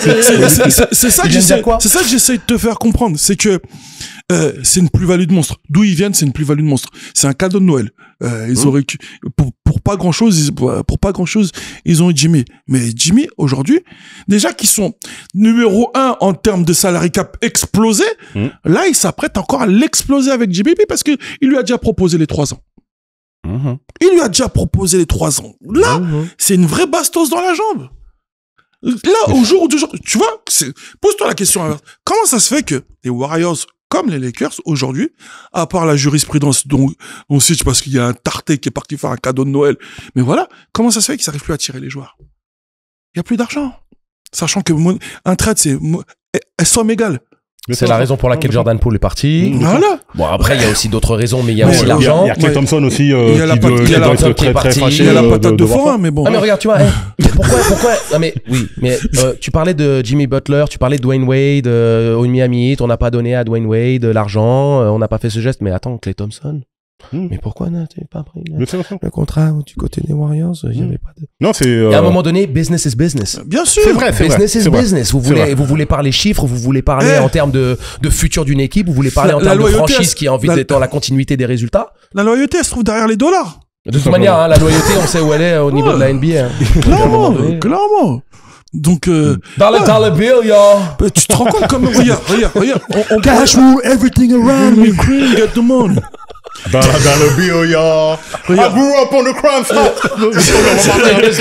On va partir numéro 1. Ok, ici. Lakers. Ok, ici, Lakers. Denver. Non. Nous, la question c'était, est-ce que ça garantit? Par contre, est-ce que c'est possible? C'est jouable, mais Pour le coup, c'est possible. c'est jouable, bien sûr. Parce Garantie, non. Playoff Jimmy, qu'ils ont- playoff Draymond. Eh, tu gagnes Playoff, pas Curry. 15 matchs sur les 17 derniers. Par accident. Ouais. Ouais, Par mais accident. Draymond, il va faire 2 clés de bras à des mecs. Curry va shooter du milieu de terrain et Butler peut les finir. Tu vois ce que je veux dire? Ça peut être intéressant. Ils peuvent, mais avec beaucoup de dépenses d'énergie. Et j'ai peur qu'ils arrivent sur les rotules après. Et ce sera... Moi, je pense que de toute Il y a la manière. Young Guard qui peut les supporter quand même. Il y a les... Ouais, Kuminga, tout ça. Alors, vas-y, redis-le parce que c'est admirable. Ok, Toi, tu vas mettre une pièce. Mais l'argent. Vas-y, mets l'argent dans la cagnotte. La pièce. Il y a alors long pivot là qui shoot à 3 points aussi, qui est pas qu'il est en sortie de je ne sais pas où. Il y a non, il y a En tout cas, voilà. Non, il y a une belle équipe, mais- Ils sont 6e. Ils sont 6e pour l'instant. Ils sont pas dans le play-in. Pour le coup, ils font les playoffs directement si à date. Et ça, ce serait une bonne affaire pour Ce eux. serait une très très bonne affaire. Par Ça contre, pourra si leur c'est les permettre Nuggets dès le d'économiser premier tour. l'énergie. Ouais, effectivement. Imaginons ils arrivent à sortir les Nuggets, mais ils vont y laisser des plumes. Hein. Des grosses. Forcément. L'énergie, la débauche d'énergie pour contrôler Jokic. Ça va être quelque chose de à moins que cossu. voilà, à moins que De cossu. Draymond le blesse. Bon. Exactement. À moins que Draymond le blesse. Oh, et attends, moi, vous vous foutez de moi quand je sors des punchlines. C'est là, pas une il vient de punchline. dire, C'est pas- à moins que Draymond le blesse, et vous réagissez pas. C'est un appel À la à violence. la haine au Jokic, et vous réagissez pas. Non mais t'inquiète pas, il y a les frères Jokic qui vont s'occuper de lui. Bon, Bon c'est- les gars, Dieu. pour finir sur ce, bon, on est d'accord sur le fait que ça ne leur garantit pas forcément Ça garantit Le- pas, mais Why not? il y a quelque chose. une finale de conférence, mais en tout cas, voilà, ça augmente leurs chances. Et ils sont mieux lotis Mais qu'avec il y Wiggins. avait une possibilité qui n'existait pas avant son arrivée. Voilà. Ah bon. On est d'accord. Bon, très rapidement. Bon, dites-nous déjà dans les commentaires si vous êtes d'accord avec nous. Qui est votre favori pour la course finale ou moins pour la finale de conférence? Du coup, on ne pouvait pas finir cette émission sans nous attarder sur le parcours de notre illustre invité, Olivier Dalmeida, au shoot. Non, Grand ne fais pas, photo- ne fais prends pas tes le mec fleurs. humble. Ne fais pas le mec humble. Prends tes Prends fleurs. tes fleurs. Voilà. Ok, prends tes fleurs. On a la chance d'avoir C'est bizarre, toi, Olivier tu Dalmeida aimes des au fleurs, shoot, toi qui est un grand photographe de basket. Il a shooté quasiment tous les basketteurs français et même quelques basketteurs étrangers. La Il a bête fait click elite, des- Olivier. La bête click elite. De la LNB. La Vous m'avez LNB. menacé sur l'argent là, c'est bon, je viens le dire, il y a plus de problème, vous en faites pas. On a dit l'argent là. Et du coup, c'est intéressant en fait d'avoir ton regard en fait sur tout ce qui se passe, les joueurs que tu as pu suivre, parce qu'il y en a que tu suis depuis très longtemps. Ça fait combien de temps que t'es photographe? En réalité, ça fait en mode pro, depuis que j'ai quitté mon job. En mode, t'es avec du 9 toi. 4 ans et demi. 4 ans et demi, ouais. Ok. Ouais. Ok, donc Sinon, Et- j'en faisais un peu avant. Et en mais mode, on va dire hybride, ça veut dire où tu t'as fait, mais tu la faisais quoi? transition et tout ça, Ouais. on va dire, allez, depuis que j'ai mon appareil, on va dire 7-8 ans. d'accord. Voilà, comme Et, voilà. bon, t'es un passionné de basket avant tout. Yes. T'as lié les deux passions comme ça Non, ça c'était- c'était du pur hasard. C'est du pur hasard. Dédicace à Karen Mando qui m'a fait la passe décisive entre guillemets parce elle était à Levallois. Elle était à Levallois pendant 10 ans et lorsqu'elle en a eu assez, elle a voulu passer à autre chose. Elle D'accord. m'a Angelo appelé la connaît, directement. Karen, tu parles de Oui. Paris-Levallois Oui. 2008-2009? Oui, Karen. De Only. Aïe, aïe, aïe. De Avec Only. un- The one and only. De Only. Karen. Yes, Karen, franchement. Non, voilà, Karen. quoi. Et elle m'a dit, Aïe, aïe, Bon. aïe. par contre, elle m'a dit quelque chose. Je l'ai bien pris quand même. Elle m'a dit, ouais, franchement, tu peux le faire, t'as bien progressé. Ça veut dire qu'avant qu'elle pensait que j'étais. Elle m'a dit, franchement, t'as bien progressé. Ça Non, ça, m'étonne pas, c'est du Karen tout craché, ça. Ah ouais, non, Non, mais Karen, c'est. C'est le truc. C'est la grand-mère qui va te parler en mode. T'as maigri. Tu manges pas assez. Ah, et puis, change ton écharpe là. Ouais. Tu sais, Karen, elle te parle comme ça. Non, c'est pas bon ça. C'est pas bon. c'est ses origines, c'est ses Ah ouais, origines. c'est- Tu fais un ouais, photoshoot ça. avec Karen, elle te parle comme ça. Elle fait, non, écoute-moi. Non, chaussures là. Non, on change. Pantalon. Bah, bon, allez, Tu on vois, accepte. c'est pas très beau, mais ça te va bien. Ah, c'est pas très bon, elle mais va ça te- te elle va va te sortir des J'en ferai avec le punchlines. Enfin, Mais elle le fait avec le sourire et beaucoup de gentillesse. hein. D'accord. mais et surtout, c'est très sincère et voilà. Mais par contre, elle a raison. Donc tu veux dire quoi? Mais je veux dire quoi? Mais c'est vrai que lorsqu'elle m'a connu, ouais, elle a eu des photos et je peux comprendre que, ouais, j'étais nul. Non, mais c'est bien, c'est qu'il y Ah, a mais c'est aussi pas il y a que une c'est- trajectoire, une progression qui fait Ah que oui, voilà. non, mais non, bien sûr, il y a une trajectoire, il y a une progression qui fait que moi, Olivier, avant école de photo, parce que j'ai voulu apprendre mon métier quand même lorsque j'ai voulu faire la transition, donc j'ai dit je vais me former parce que je vais pas École, aller dans un truc que je respecte le taf, donc je vais me former. Et ça veut pas dire que les autodidactes ne respectent pas leur taf. Hein. Ouais, Moi, mais c'est j'ai une juste- école différente. Voilà. Et franchement, Olivier, avant école et après école, il y a totalement un monde. D'accord. Donc voilà, c'est donc dédicace par rapport au basket pour revenir sur Karen qui m'a dit écoute, je vois personne d'autre que toi pour faire ça. Donc voilà quoi. Et je pense aussi avec ma relation avec les joueurs qui fait que c'était un peu plus logique que D'accord. Justement, tu parles de ta relation avec les joueurs. Tu penses que ça se joue quel niveau vis-à-vis de ton aspiration pour trouver peut-être les angles ou les mettre dans des situations que tu penses va les mettre en valeur et leur volonté, eux, de peut-être repousser un peu le cadre du simple, vas-y, je fais les photos et de peut-être se prêter au jeu, de te faire confiance et de Alors- sortir de leur zone de confort peut-être parce que tu vas pas forcément Alors, être en toujours termes dans... de... Mais en fait, ils sortent pas réellement de leur zone de confort parce qu'en général, quand je suis en one-on-one avec les joueurs, ils sont dans leur élément. Ok. Donc moi, je suis là. Mais donc c'est un choix volontaire de ta part donc. C'est souvent moi qui propose de faire. Le truc dans lequel tu sens que le mec il va être bien. En fait, il fait juste son truc en fait. Il a juste à être lui-même. Donc moi, j'ai juste à capter ce que j'ai envie de capter de la manière dont je veux le capter. C'est tout. C'est ça qui fait la différence. Mais en vrai, les joueurs, la plupart du temps, ne sont pas en mode, ouais, je veux des photos, fais-moi ci, fais-moi ça. Ils en ont rien à faire. C'est moi qui vais vers eux. Ok. Déjà, pour faire du bon contenu, tout simplement et tout. Je leur demande, ils acceptent souvent. Et après, je dis, écoute, moi, je suis là, ne me calcule pas, vis ta vie. Et puis, en général, c'est comme ça que je fais, quoi. Après, t'envoies la facture, et voilà. Et après, tu t'achètes une... Franchement, il y a tout un process par rapport à ça, mais oui, mais après, bien sûr que... Non, mais c'est intéressant d'en parler aussi, parce que effectivement, c'est un métier, donc c'est ton métier aujourd'hui. T'as eu la chance d'être photographe pour les Metropolitans 92 pendant 4 ans. 4 ans. Pendant 4 ans. Donc, t'as pu participer à la dernière année de Victor Wembanyama au sein de ce club. Et Bilal. Et Bilal, évidemment. Et Bilal, c'est important, c'est important. Et Vincent Collet. Et Bilal. Franchement, dédicace à Vincent Collet. Non. Le malin, il est trop fort. Le malin, on l'a regardé comme ça. Dédicace à Vincent Collet parce que c'est des 4 ans, c'est le seul coach. Westbrook, là. Dédicace à Vincent Collet parce que des 4 ans, c'est le seul coach qui m'a laissé rentrer dans le vestiaire. Non, mais en plus, voilà. tu sais, on taquine hein, par rapport à la réaction ou même le fait que tu mentionnes Vincent, mais pour le coup, quand tu voyais la volonté avec laquelle il interagissait avec Wemby, et c'est pas très souvent que tu vas voir le head coach passer du temps à faire des workouts individuels avec les joueurs. Vincent, non, il rechignait pas à cette tâche-là. Et je pense pas que c'est lié simplement au fait que c'était Wemby. Parce que quand tu connais l'historique de Vincent Collet vis-à-vis grand formateur de l'école Mancel, justement. Bien sûr. Nico Batum, Pape Philippe Amagou, Alain Kofi. Shout out. Donc, et attends, on a oublié, et Bokolo. Et Yannick Bokolo. Quand tu parles de Pape Philippe Amagou et Yannick Bokolo, c'est ma génération. On a joué en équipe de France U20 ensemble, même s'ils étaient un an plus jeunes que moi.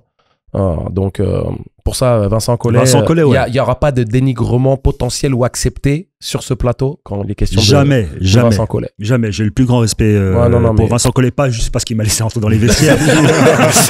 Tu peux quand même, mais...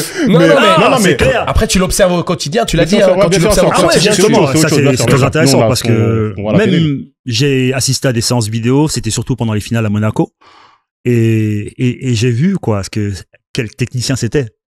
J'ai connu des coachs et tout ça, et Vincent, c'est un bête de technicien, quoi. Est-ce que tu as une anecdote sucrée? Ce que je veux dire par là, c'est une anecdote où tu dis, non, j'aurais déjà la chance que j'ai eu d'avoir accès à ça, mais un truc qui, pour toi, sort vraiment tellement de l'ordinaire, c'est une pépite. Déjà, la pépite, c'est d'être présent, d'être là lorsque ces joueurs sont là. Lorsque Victor est là, être témoin de l'éclosion de Victor et de Bilal, sachant que Bilal, il a été drafté avec un contrat, il me semble, aspirant. C'est pas un pro, c'est un espoir. Et l'espoir à la base, ouais. Tu vois, donc c'est assez fou, en fait, d'avoir vécu cette saison-là, en fait. Donc oui, des anecdotes, précisément, j'en ai pas beaucoup, mais la première fois, ça m'a fait bizarre de voir la première fois Victor lire avant un game. Maintenant c'est connu et tout ça, mais la première fois que j'ai je sais pas combien de photos de ça, je me dis attends, c'est réel ou pas? Parce que tout le monde, en fait, il y a des gens qui pensent que c'est que pour les caméras. Jokic qui l'a charrié? Non. Il y en a qui pensent que c'est que pour les caméras. Ah oui, non, ça n'a rien à voir. On parle de trucs qui s'est passé quand même il y a 2 ans.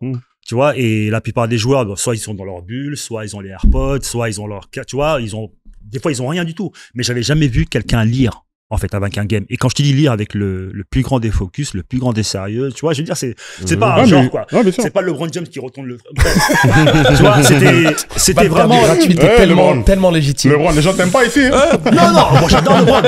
Non, j'adore LeBron. Je suis désolé, Angelo, je suis désolé, Flexta. Moi, je vais t'attaquer. Parce que tu dis t'as pas d'anecdote sucrée. Nous, on veut du piment. Si je te dis, oh, you fat. Mais oui. Ah, bah oui. Mais oui. Il a défrayé la chronique. La chronique. Oh, you fat, alors. Attends, je veux savoir de quoi il va parler de Oh, you fat. Moi, Oh, you fat et Tremont Waters. Oh, you fat et Tremont. Voilà. Bon, allons-y. Ready to rumble. Le floor is yours. Non, en fait, j'en sais rien. À part ce que Oyufat, non, je ne sais pas ce qui s'est passé à part ce que Oyufat a raconté en vrai. Parce que je sais que Tremont Waters, c'était le mec qui était jaloux comme un pou, c'est abusé. Et tout, il voulait pas du shine de Wemby, ça se voit. Il était très fort, ce mec-là. Il était très fort. Mais je trouve, c'est un ressenti personnel. Hein. Je l'ai trouvé super stupide de s'être mis toute une équipe à dos alors qu'il avait les moyens de la saison suivante de signer un big check en Europe encore. Ouais. Tu vois ce que je veux dire? Parce qu'il de était deuxième scoreur. profiter de cette visibilité. Exactement, cette profiter. visibilité. Alors que lui, il a pas vu une visibilité, il a vu un parapluie au-dessus de lui, quoi. En fait. Ouais. Pour lui, Wemby, c'était juste de l'ombre. Mais c'est ce qui est triste par rapport à ça. Et Ça m'a attristé vraiment parce qu'il était très fort, il était vraiment très cool, mais après Mhm. finalement, tu te rends compte que humainement, c'était pas ça finalement. Non, Le mais mec ce qui qui est- faisait semblant d'être blessé. Tu sais, ce qui est triste, et ça, c'est une culture qui pourtant est très. En plus, tu dis les choses. Écoute, il y a prescription de toute façon. Donc oui, j'étais au courant de certaines choses, oui, c'est clair. Les choses sont dites, basta. Non, mais, Les choses sont dites, basta, elles sont sorties. non, mais ce qui est intéressant, c'est que à chaque fois, on dit ouais, j'aimerais bien être une petite souris pour être dans ce vestiaire, pour voir ce qui s'y passe. Ah, j'étais une grosse souris d'un mètre 90 quand même. Non, Tu tu vois, veux un dire que gros t'es un rat. rat. C'était Maître Splinter. Un gros rat, le Maître fly in the Splinter, wall, je te jure, le Maître fly in the Splinter, wall, c'était c'est pas toi, possible. etc. Mais Donc, oui, par contre, le truc, franchement, où je suis vraiment très reconnaissant, c'était mon job en même temps. J'ai eu la chance d'être là pendant qu'ils étaient là et tout, et j'ai vécu des choses, vraiment, ce que j'ai kiffé, c'est l'alchimie de cette équipe-là, elle était réelle. Ouais. Ok, on parle de Wemby, on parle de Bilal, parce que c'est les noms, c'est ceux qui ont été draftés ou quoi que ce soit, mais il faut parler des ciments que sont Lau Konaté, bien sûr, Mhm. bien sûr. et, lui on n'y pense pas, mais Tayshaun Thomas. Oui. Ce mec-là, c'était le mec le plus nice de une, le plus professionnel. Ça veut dire Oui. que si la CM lui demandait de faire un truc, il dit OK, I'm free. Alors que certains, Non, il y a beaucoup de ricains, tu peux le dire, et puis je peux en attester. je hein. veux même pas tirer sur les ricains. Des fois, c'est même pas des ricains. Ok. T'as pas besoin de le faire, je le ferai pour toi. Donc, il y a pas de problème. Voilà, Donc, certains ne sont il y pas a tout le temps. beaucoup de ricains ou de joueurs étrangers qui ont la flemme, qu'on appelle la flémite. Attention, quand attention, il est tu vas question- avoir ton Donald qui va dire Angelo, you never was a great player. First of all, J'ai simplement dit que j'ai pu attester de beaucoup Oui. de coéquipiers qui avaient une flémite aiguë quand il était question de faire De ce genre participer à la ce vie genre du club. d'action. Ouais, on doit aller voir des sponsors. Bon, on doit aller signer des autographes. Tu sais, c'était toujours ça, toujours bien la sûr. flemme. C'est vrai Alors, que voilà. Et Tayshaun Thomas, à ce Non. niveau-là, franchement, vraiment good guy, professionnel, et même, je pense qu'il a changé, entre guillemets, le visage, parce que après les blessures de Ibou Faye, c'est qu'il s'est fait les croisés et tout ça, ils ont cherché un pivot avec Passé Snitch, là. Passé Snitch. Ok, va mettre 10 euros dans la boîte. Ils ont cherché, voilà, ils ont essayé de chercher, ils ont rien trouvé, mais quand Tayshaun est arrivé, là, tout a cliqué, hein. Vraiment, tout a cliqué. Ça veut dire que moi, je suis observateur de tout ça.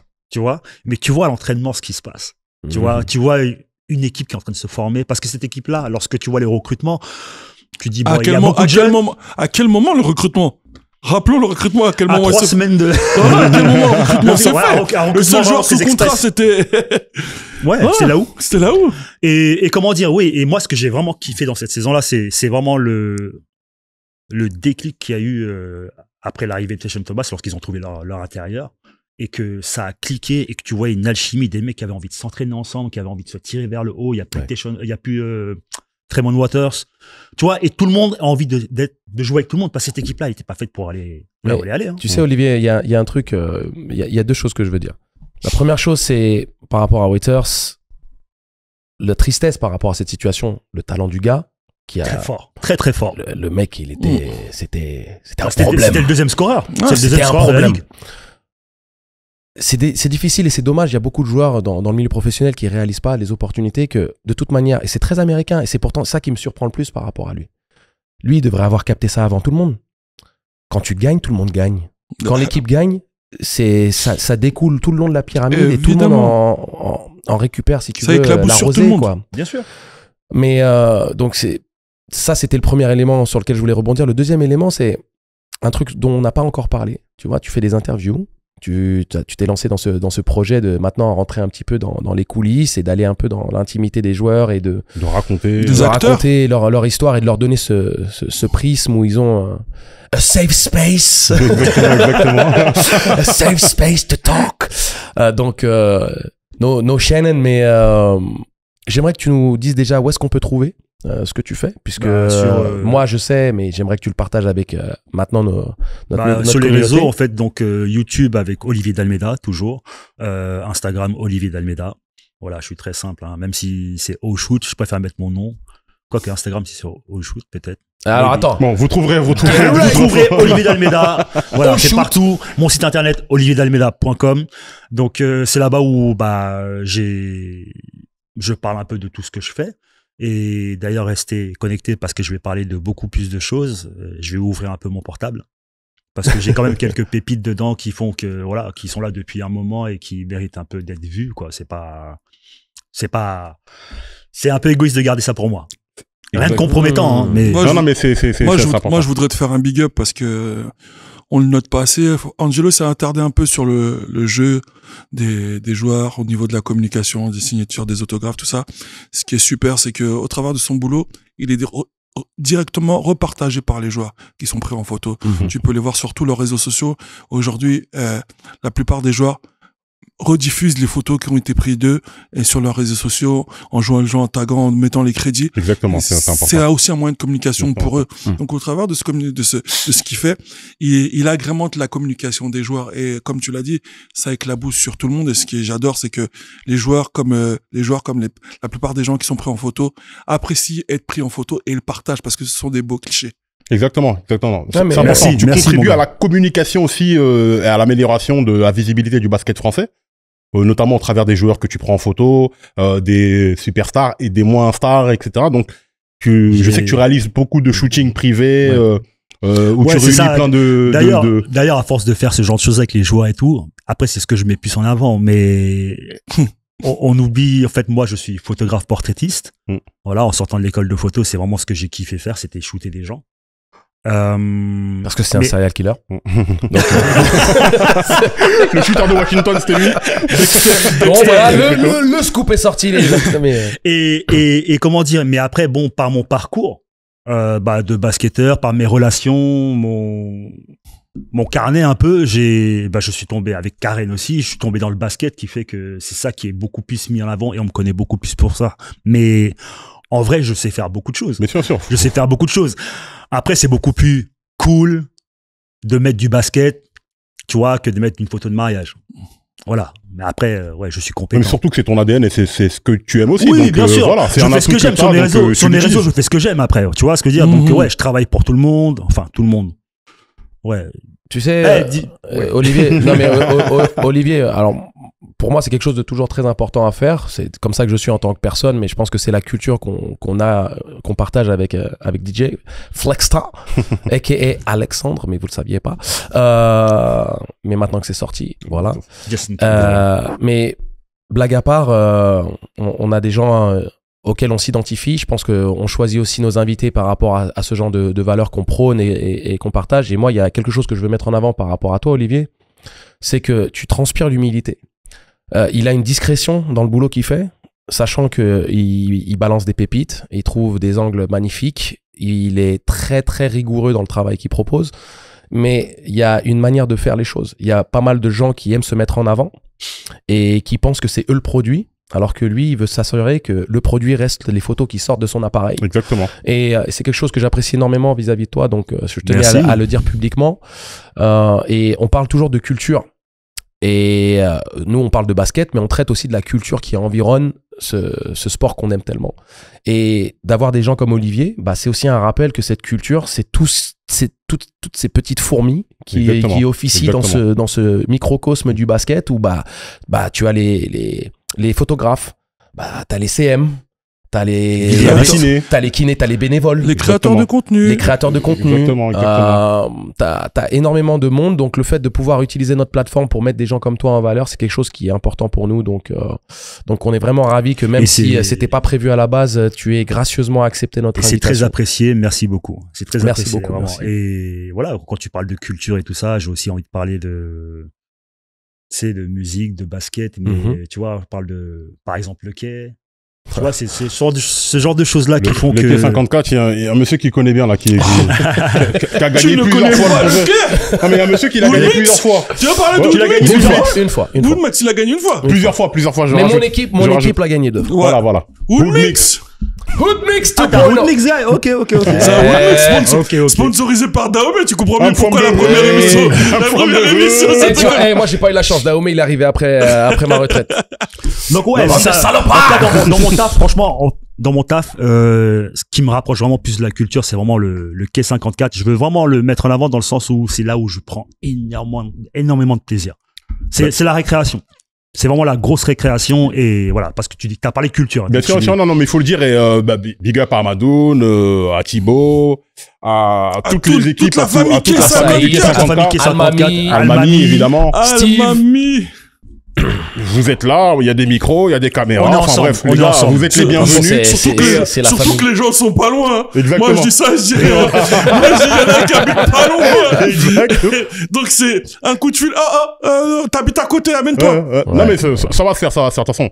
Ça fait Quand partie des on est choses que vous Parisie, allez on voir. t'a l'œil. Ça fait des choses. Ça fait partie des choses que vous allez voir sur Temps Mort, avec plein d'activistes du basket, des gens qui se battent pour faire vivre des tournois bénévoles, des tournois de petits, des tournois féminins, etc., pour faire en sorte que ce maillage culturel au sein du basket soit encore plus vivant. Tu voulais rajouter quelque chose Juste Olivier? une chose, parce que tu as dit bénévole et ça m'a rappelé que avant de commencer, enfin c'est un petit message pour les photographes, jeunes photographes. Je suis un jeune photographe en termes de carrière.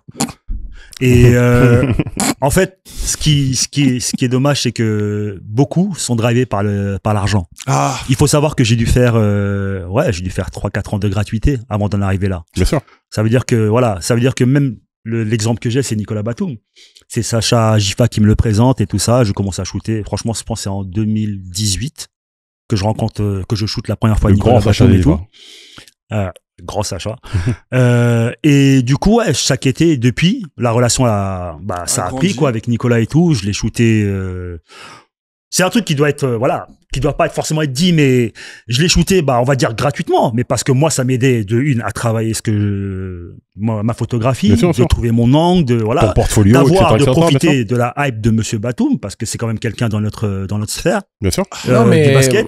c'était honnête, hein. Et surtout, à un moment donné, tu vois, pour te dire, bon, grosse dédicace à Nicolas Batum parce que c'est vraiment un vrai gars. Pas parce qu'il a fait ce que je vais dire, mais parce qu'à un moment donné, les joueurs aussi reconnaissent qui tu es, ce que tu fais, ce que la rapporte. Et je pense saison 3, Nico, il me dit, bon, ça fait un moment que tu viens, tu shootes pour moi et tout ça et tout. C'est combien? Tu vois, vraiment un vrai gars, quoi. Il m'a dit, bon, c'est combien et tout ça. Et moi, franchement, avec zéro intention, pour moi, j'étais vraiment en mode gratuit, zéro intention. Je dis, en gros, je sais pas, moi, j'avais pas un truc. Une Lamborghini, le pire, c'est que, le gars, en fait, il me dit, bon, écoute, tiens, j'ai ça et tout. C'est bon pour toi? Je prends le truc, je dis, ouais, c'est très bon. Une semaine après, je m'achète un appareil photo. Ouais. Wow. Tu vois, en fait, il me manquait manquait une somme pour acheter cet appareil photo là, pour renouveler, pour passer à un truc professionnel, parce que nous, il faut renouveler le matériel, tu vois, et tout. Et Nico, il me dit, bon, ça fait 3 ans que tu shootes maintenant pour moi et tout, voilà, bon, c'est combien, tu vois? Et voilà, j'ai pas su lui dire. Il a su me parler. Il a su me parler et ça m'a aidé, en fait, tu vois. Donc, ouais, pour en revenir à la gratuité, c'est bien de faire de la gratuité parce que ça aide à progresser et ça aide à ne pas donner du travail de merde à des gens et les faire payer pour ça. Parce que lorsqu'on débute, on n'est pas forcément bon, mais on veut te payer. Donc, si tu fais payer quelqu'un, tu sais, alors que t'es pas forcément bon, le souvenir, il est pas bon. Exactement. Mais après, bon, là, on part dans une discussion un petit peu philosophique. Juste une dernière anecdote à son sujet. Je pense qu'il en a une belle. Et moi, je pense que c'est la magie de la communauté des basketteurs. Ton premier appareil photo. C'est toi qui me l'as racheté. Non, pas celui que j'ai acheté. Comment tu te l'as acheté, ton premier appareil photo? Vas-y, dis-moi. Non, mais c'est surtout qu'il va falloir qu'on conclure. Ok. Mon appareil photo, en fait, comment je suis vraiment rentré dans la photographie, j'ai acheté un appareil photo à ma femme qui voyage beaucoup. Donc, j'ai dit, tu vas faire des souvenirs. Elle ne l'a jamais utilisé. Je l'ai pris et je suis devenu photographe. Voilà. Magnifique. Du coup, parlais pas de celui-là, mais bon, achetez des appareils photo à vos femmes. Ça va être le mot de la fin. Écoute, Olivier, merci beaucoup d'être venu. Merci à vous. Merci beaucoup. Merci beaucoup d'avoir suivi cette émission. Mousse. Franchement, moi, j'ai pas de mots à dire. Il y a un setup, il y a 2 maîtres de cérémonie. Tirer sur les épingles, nous on est là, on est juste une valeur ajoutée et on kiffe passer du bon moment. Un vrai kiff, c'était vraiment ça. Merci infiniment. @temps mort show sur toutes les plateformes. Vous avez aucune excuse, vous savez, c'est le même partout. Et donc, on vous a simplifié la vie, les amis. On partage, on donne du love, c'est tout ce qu'on veut. Nous on fait ça avec du love. Faites-le avec le love. Ça coûte rien. Et follow surtout. Peace. Yes.